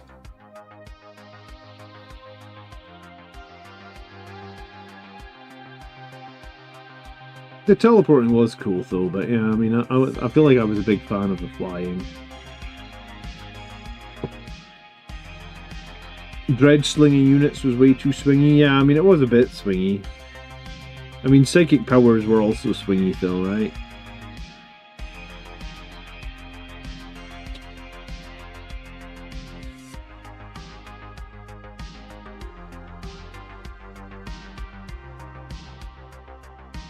Chapter-specific points cost, different army rules for divergent chapters. Yeah, that, I mean, I think the different army rule for the divergent chapter would probably be the biggest one. I think that would help with balance as well. Because balancing the whole Space Marine army around Oath of Moment hasn't been... I mean, it hasn't been great, and then Ultramarines have had just this bonkers broken... I don't know why the Ultramarines still need +1 to wound on Oath of Moment, like... I hated the Flying Dreadnought, and the reason I didn't do it, 5th edition, strange as it seems, it sounded too far-fetched. Yeah, I used to fly on other models as well, right?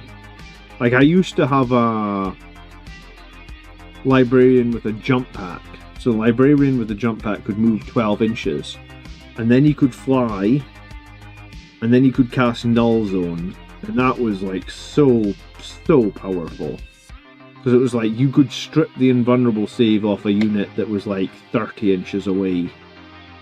Yes, your Librarian was going to die, but like, you know, you're playing against Necrons or something that's like, they've got a 5-up invuln on this unit. You're like, no you don't.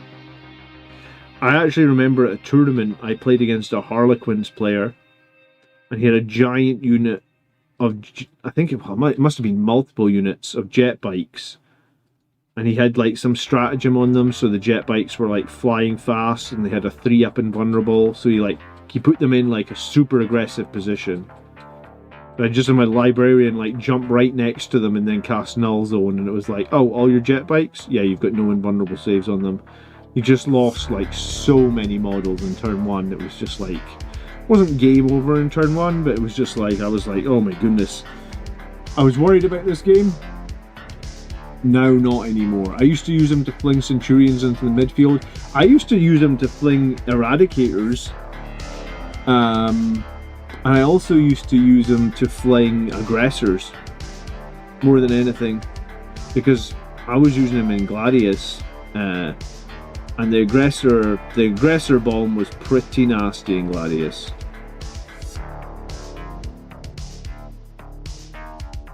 Because you could just throw the whole squad of aggressors, make them the nearest target to get the extra points of AP, ignore cover, and then just absolutely go to town.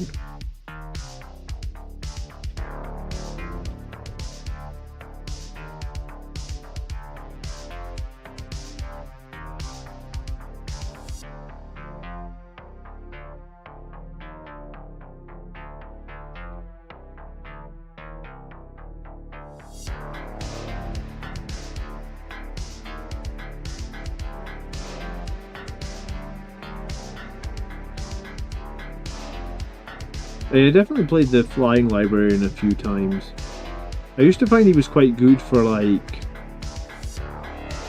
I used to use him a bit to like protect my backfield in the early game, and then fly into the middle pretty quickly in the mid game and get a bit more aggressive with him. I liked him a lot. Let's recognise Ultramarines as a divergent chapter. Yeah, I mean...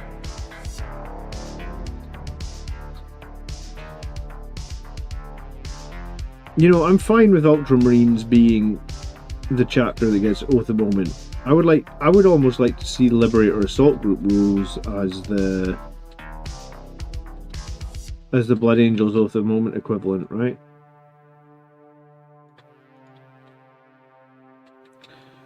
So like all Blood Angels detachments are getting whatever, you know, plus strength plus attacks. That's like on all the Blood Angels models that we don't get Oath of Moment, or just on every Adeptus Astartes model in your army, I guess.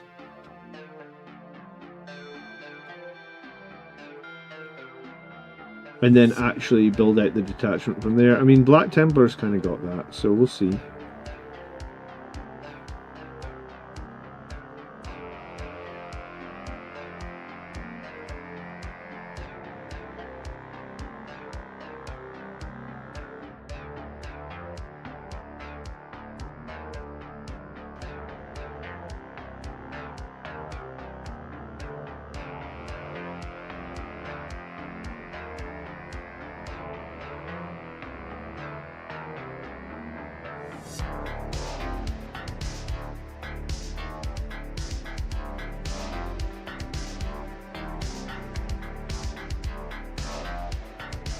I have to go. Good to see people similar to me also work and finally get into good shape. Yeah, it's important, isn't it? I'd like to see a game that you can easily complete in 3 hours. What do you mean by that? Sorry.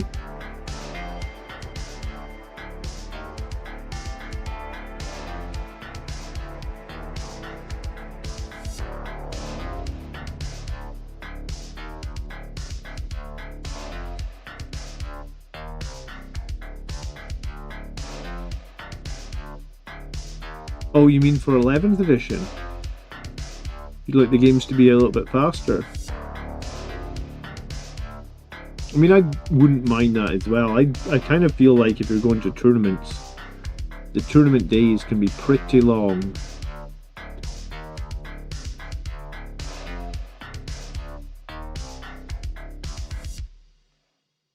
Like, having your brain fully switched on for 9 hours of Warhammer and then potentially having to drive an hour or 2 hours to get to the venue and home can end up being quite a lot, right? Is that what you're meaning?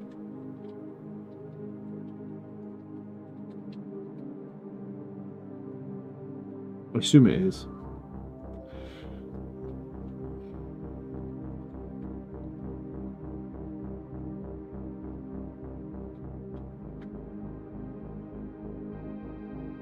Oh, Brian says, "Hi John, I got into 40k about a year ago and wanted to say your videos helped me a lot for army list / building." Well, thanks for dropping past, Brian. I appreciate it.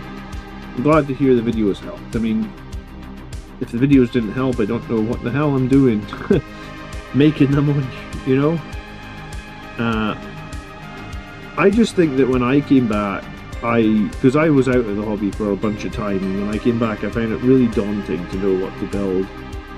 And I mean, you can post on Reddit about like list building and stuff, but the thing is, if you post on Reddit, you get 50 different replies all telling you to take your list in 50 different ways, and you don't know which is best, and you don't know really who's not authoritative, but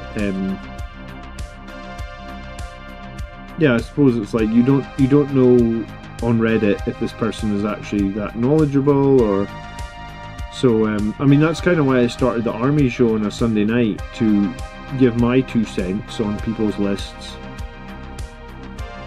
And I'm not the perfect Blood Angels player, not probably by a long shot, but I feel like I have played enough games now. Like, it'd be interesting to know how many live games I've played, but my channel has been going for like 5.5 years now. I don't play a game every week, but like I must have like at least a couple of 100 battle reports up by now.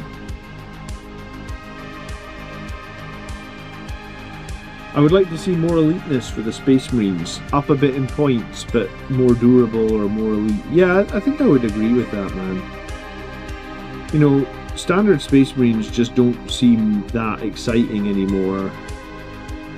You know, even the changes they made, like with bolt rifles and stuff, it still feels pretty underwhelming. Like Marines,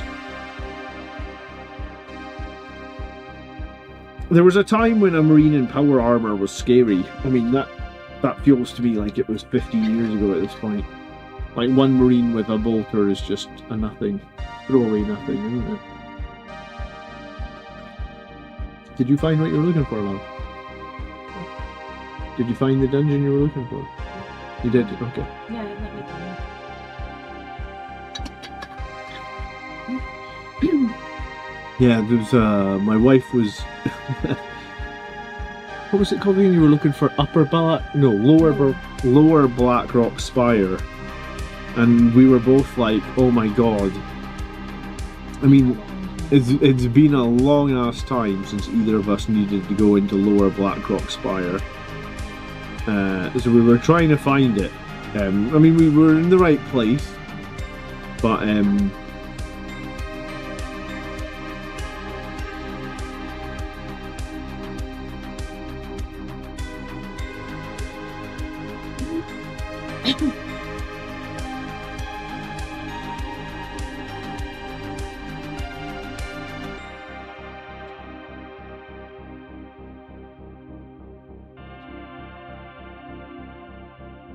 you know, back in the day I played the Warhammer, it was called Age of Reckoning. It was the war, like, not Warhammer 40k, just like Warhammer Fantasy MMO. I actually kind of liked it. It was just, I think it must have not made enough money and Electronic Arts shut it down. Electronic Arts, I feel like, are the worst games company for that sort of thing. You know, like, if a game doesn't make like $1 billion, gazillion dollars, they just shut it down. And yeah, no, Electronic Arts, they are just like, there was a game that came out in 2013, which was SimCity. And I really like SimCity because it's like a chill game, you know, like, you're just building a city. It's like chill, it's slow, it's relaxing.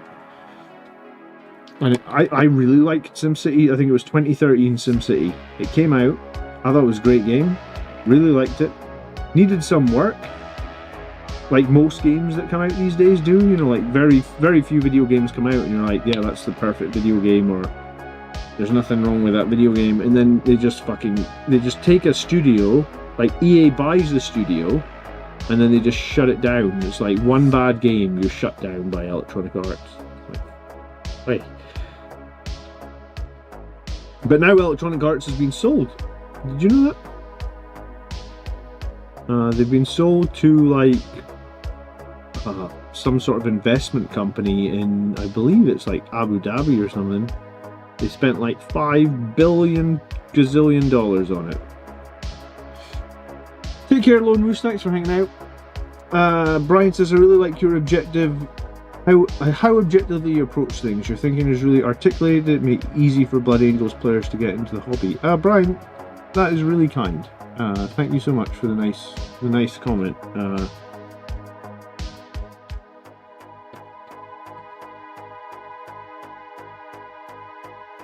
I appreciate it. You know, I really do. Thank you.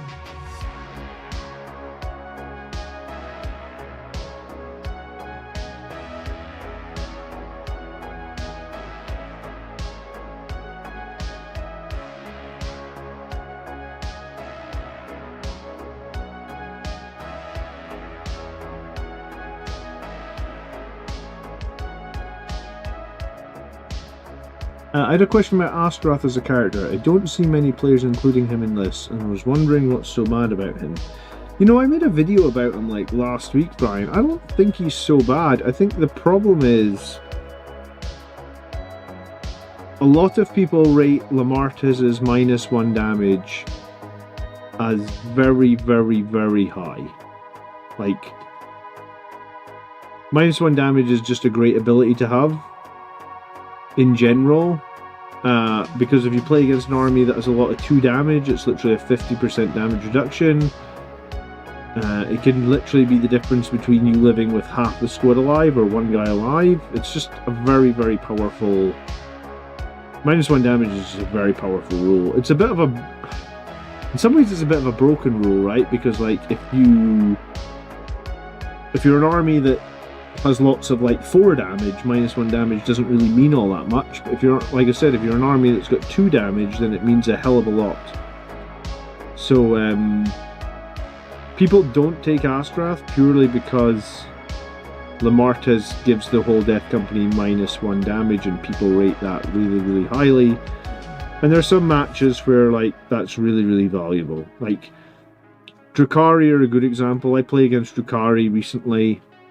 all their damage is damage 2 basically, and every weapon is like anti-infantry, so they're really, really good at killing Space Marines. However, into that Death Company with a -1 damage from Lamartes, you know, they're 50% less effective, I guess, right? So that's literally what it boils down to.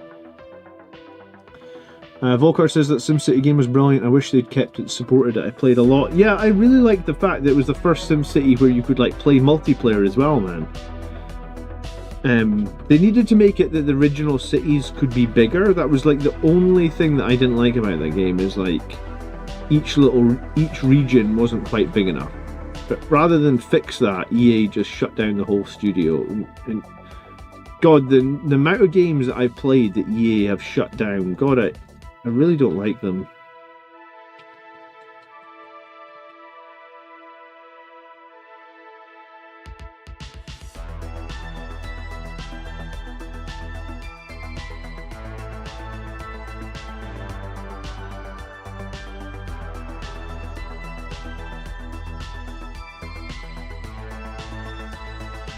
I mean, that game is still up, I believe, and you can still buy it, but EA killed the studio that made SimCity shortly after that game came out. Like a year after that game came out, they just killed the studio. I think there was another, I'm sure it was like Microsoft or something. Another games company got killed today, Blue Point Games or something.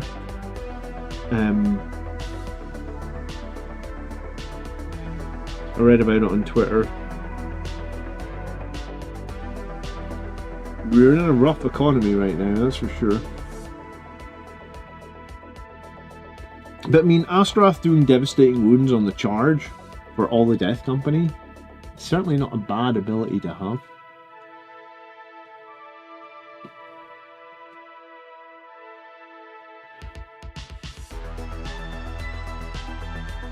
Oh, excuse me. Getting tired, man. I'm gonna stream until like just after 10:30 probably. I gotta be up early in the morning anyway. I'm going to the gym in the morning, so speaking of being healthy and all that sort of stuff, I'm gonna walk to the gym because, like I said, that's a good way to start the day with a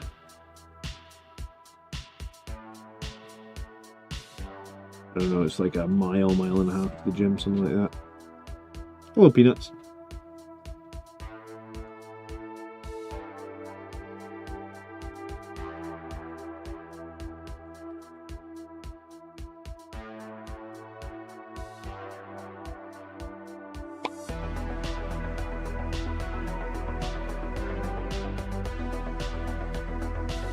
I hope tomorrow I saw on Tuesday, apparently, for the first time in probably like 4 months, it's going to be double digits in Scotland. We're getting up to 11 degrees centigrade.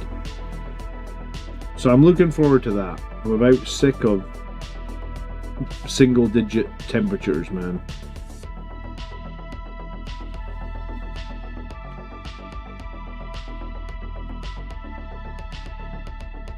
I do sometimes wonder why I live in Scotland.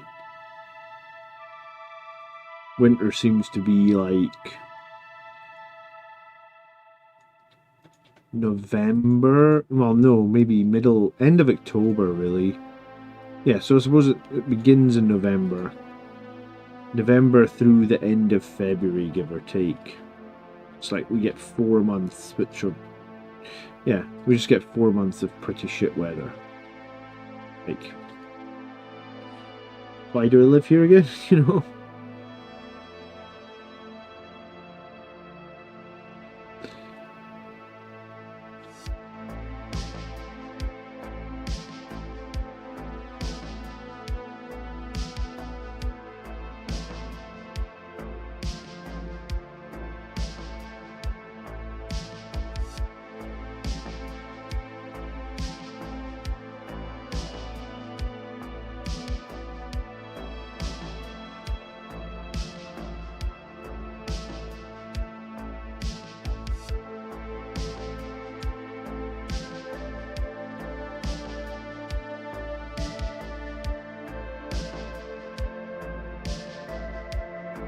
Because of Mel Gibson. No, Mel Gibson didn't make the weather, man.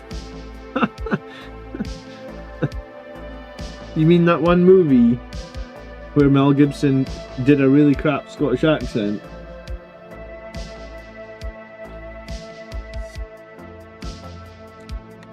Because it was really crap, by the way.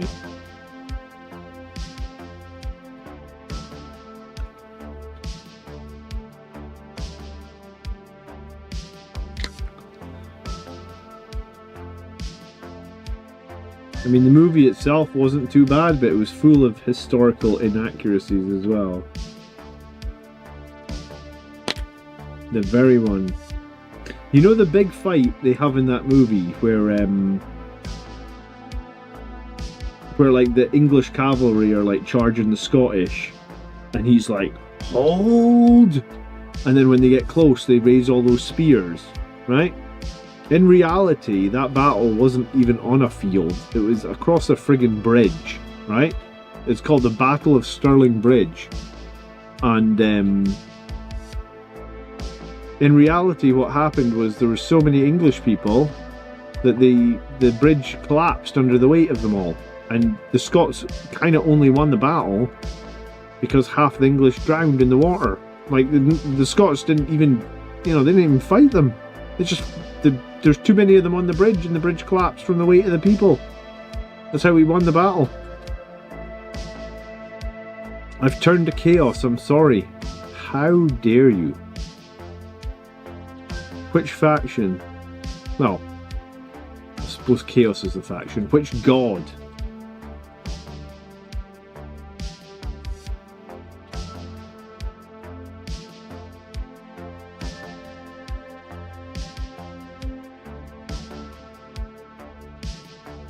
CSM homebrew. Oh, okay. Okay. Is that just because those you like the look of those new Defiler models, or what's the reason behind CSM? I actually have played CSM like very few times this edition. CSM were supposed to be very good at one point, weren't they? And then I don't think I ever played them when they were like they were doing well in the meta. Now I have lots of beautiful Blood Angels pieces for bases. How very dare you? Someone from Discord is going to have to come and hunt you down now, man.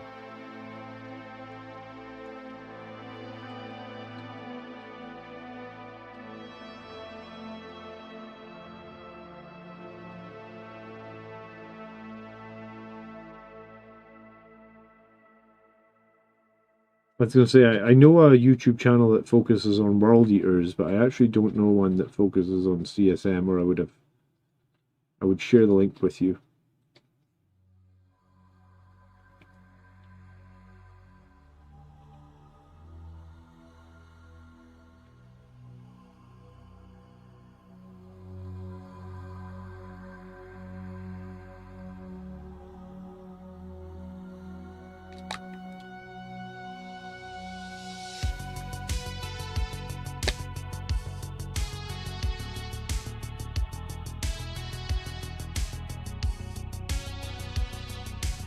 Let's be real though, they can't have as much drip as the Blood Angels models, do they?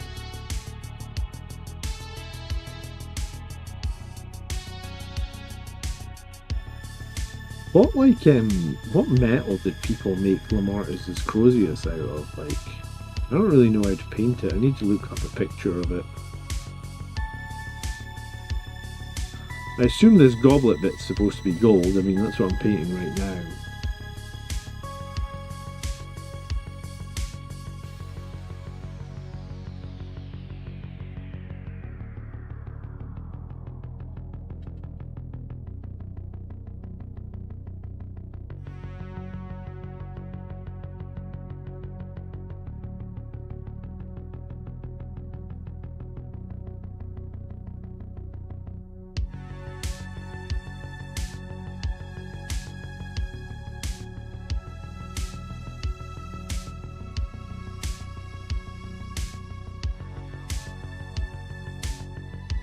Yeah, I mean, I'm kind of okay, I suppose, with where we are with the various pieces and upgrades that Blood Angels have at the moment.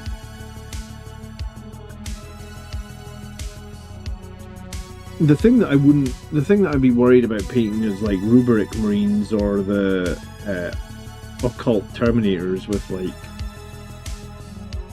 the yellows and the greens. I bet that's like a ton of work. I know how difficult yellow can be.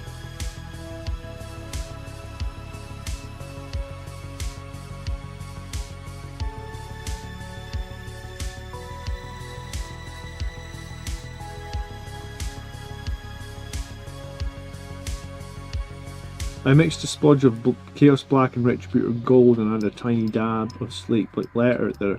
Yeah, that was kind of what I was thinking, was some sort of like brownish, goldish thing, but I hadn't quite been able to put my fingers quite on what exactly it would be. Appreciate that, Volcar.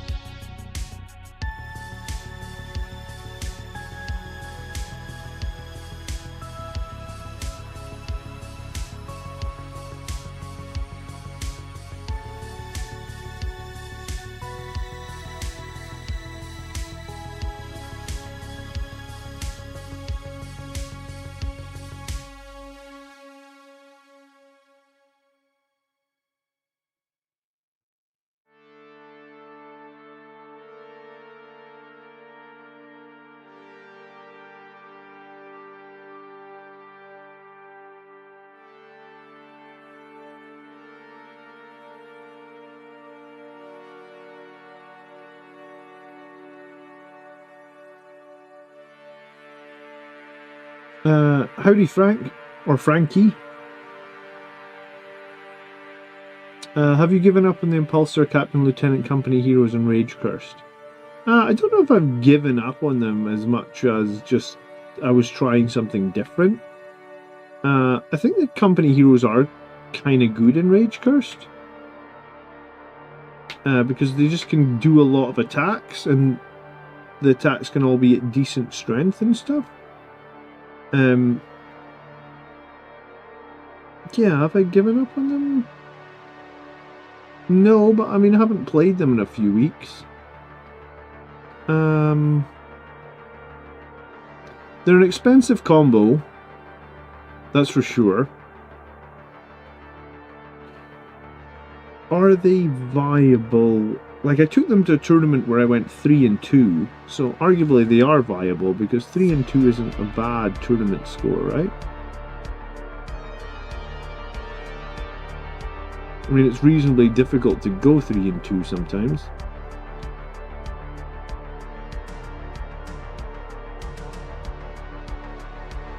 I'm going to try and fill that, but I might try and fill it from below.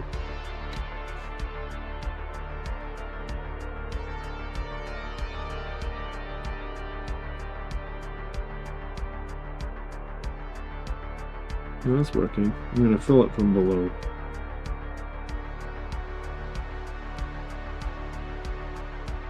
It's one of these old bases where the metal is...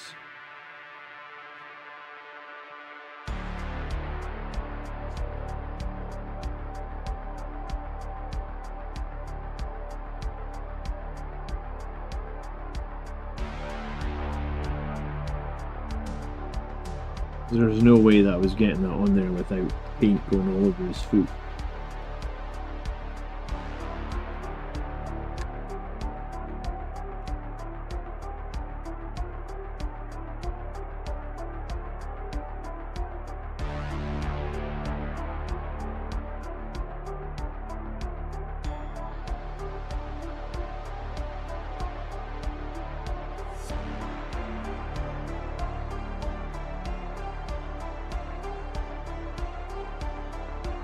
Still managed to get some on his foot. See if I can get rid of any of it.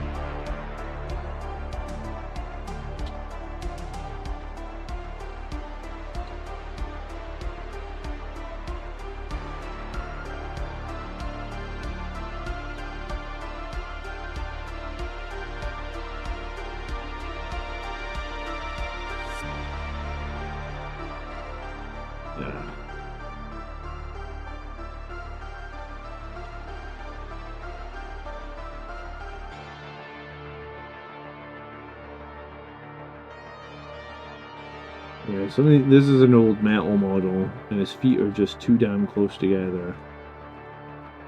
And it's made a right sore.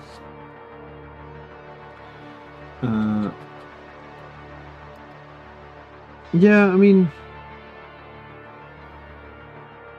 I think if you're going to do the company heroes in an Impulsor and Rage Curse, maybe, I feel like you don't need the Lieutenant, because I very rarely had that unit survive a turn to be able to fall back and charge. I mean, that was the whole point of having a Lieutenant with them, was for fallback and charge.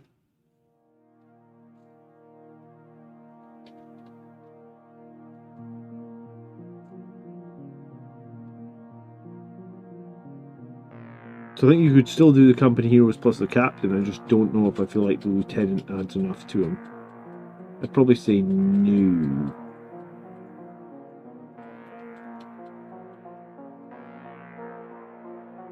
But I mean, yeah, I was going to say, when I won the GT this edition, I had the company heroes plus the Lieutenant together in my lag list. It's not a bad choice. I don't think that, to be honest, I don't think very many Blood Angels players have probably won tournaments with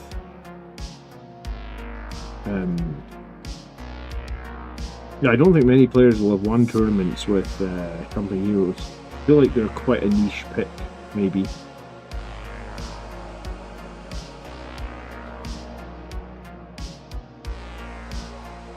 Any idea how to feel the Brutalis or the Redemptor Dreadnoughts?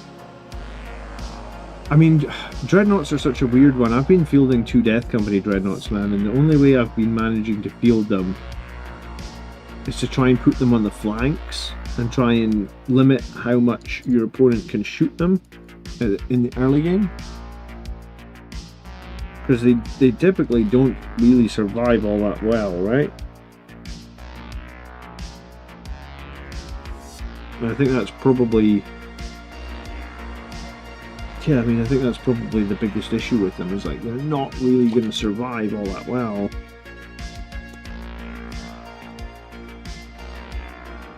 And that makes them kind of hard to play, honestly.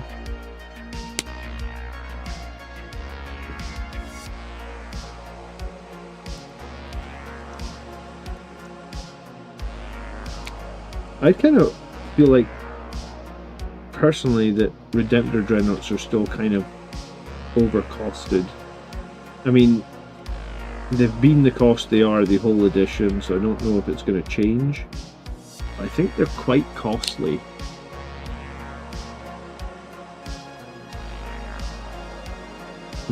How do I deal with enemies that are with scout moves, with infiltrators?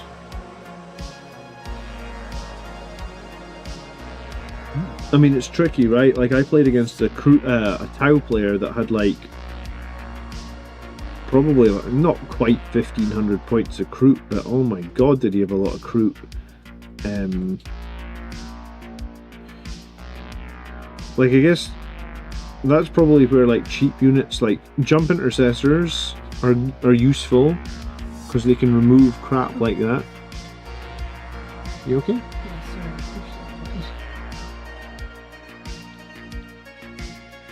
And the other thing that can be useful is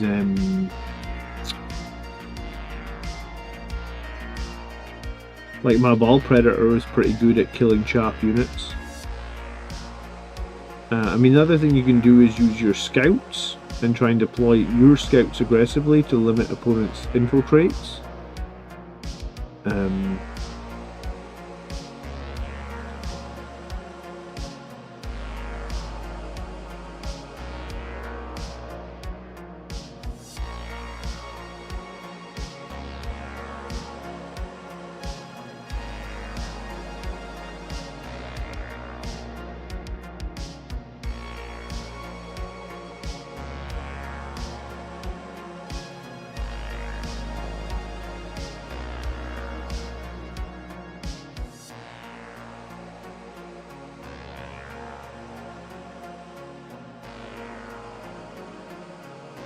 until I deal with upgrade to Lancers. I mean, I've been running a couple of old school Predator Annihilators. They're okay for that sort of stuff.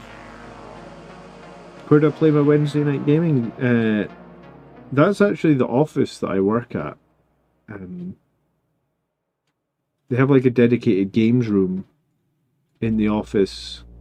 The office is really only open till like 5:30, 6 o'clock, so the games room is usually empty in the evenings.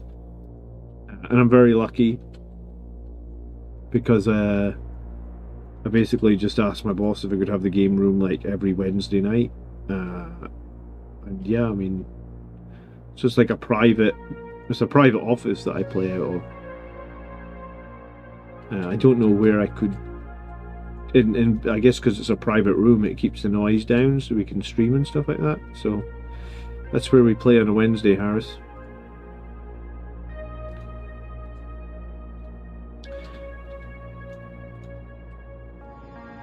I find Blood Angels very difficult to play without some fire support. Like my best tournament performances ever have always had a couple of, like I say, a couple of tanks, at least a few tanks with some chaff clearing weaponry, right? I mean, I think in 9th edition that was one of the things that Blood Angels typically did, is like we ran Gladiator Reapers, because Gladiator Reapers were very good at removing chaff in 9th edition. They had like a ridiculous amount of shots. And a Reaper was always able to like clear out the midboard so that we could then get units in to charge the big nasty targets we need to charge. Yeah, if you don't take some sort of fire support, I worry sometimes when I don't have it, because it's like, well, I'm playing against Tau, they're just going to sit at maximum range and gun me down for multiple turns, and there's not too much I can do about it. So,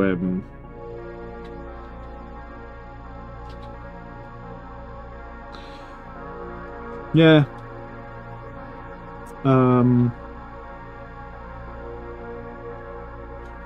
The repulsor, oh yeah, the Land Raider repulsor is also an absolute nightmare for us. It's like the perfect gun for killing Space Marines, right?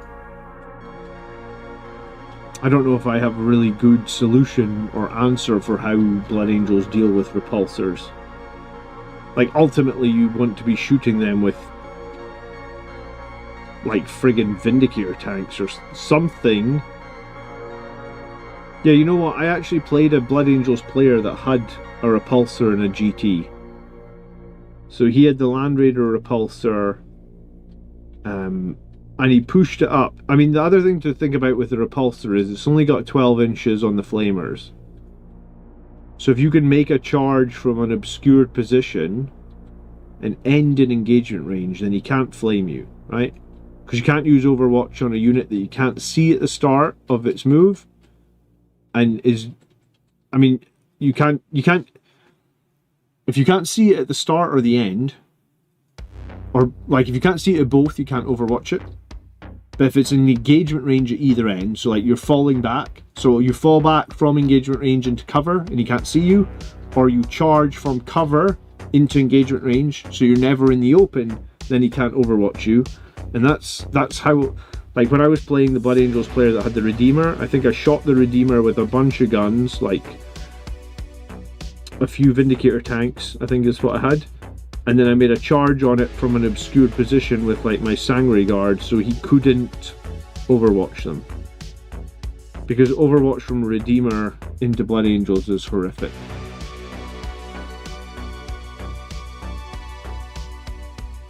Yeah, it's like if your opponent has a Redeemer. I mean, into something like Death Company, a Redeemer probably has potential to wipe an entire squad, right? It's like 2d6 plus 6. At AP 2 no cover, yeah, I mean that's just a horrific profile to deal with. And then there is some like multi-melta shots and other nonsense that will come in as well from a Redeemer. That's probably, you know, you're probably going to get like one hit and kill one more guy or something. I think the Redeemer's got a heavy bolter too, maybe.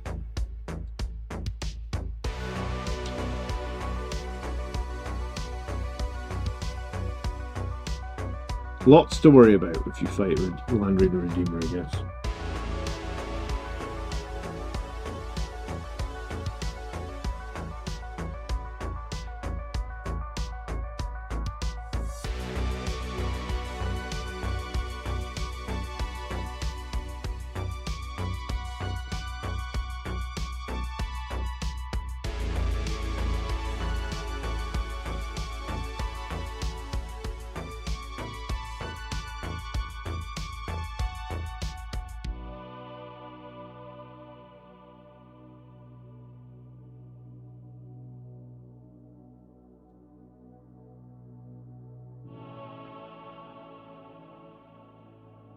Yeah, I mean, salamanders have a lot of flamers as well, so yeah.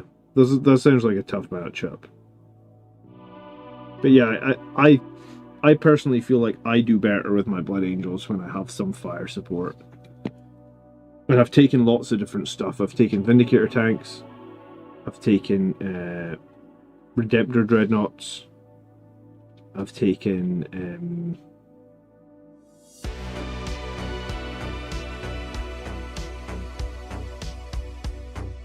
Ballistus Dreadnoughts. Predator Annihilators.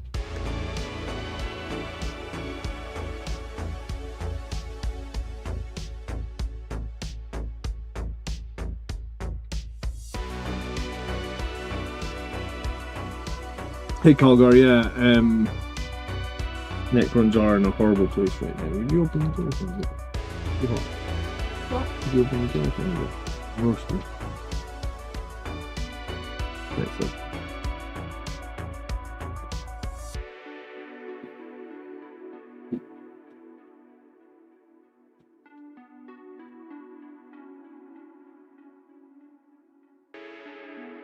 Apparently my computer generates quite a lot of heat in here when I'm streaming. Well, I've got a bunch of lights on as well, so that'll be why. Yeah, Colgar says that Necrons are kind of unstoppable. Like, to kill the Catan, man, it's just so much investment, and then sometimes you just don't kill them. Like, I can hear you. Any thoughts on playing a very monster-heavy list? Have to play a Tyrannid player with 10 monster units in Crusade.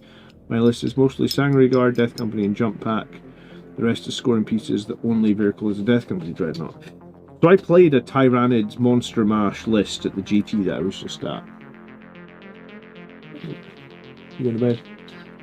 Right. You just need crap loads of +1 to wound, dude. And then you need to be prepared because the Nids are they're gonna hit you so friggin' hard on the slap back, man. It's really difficult.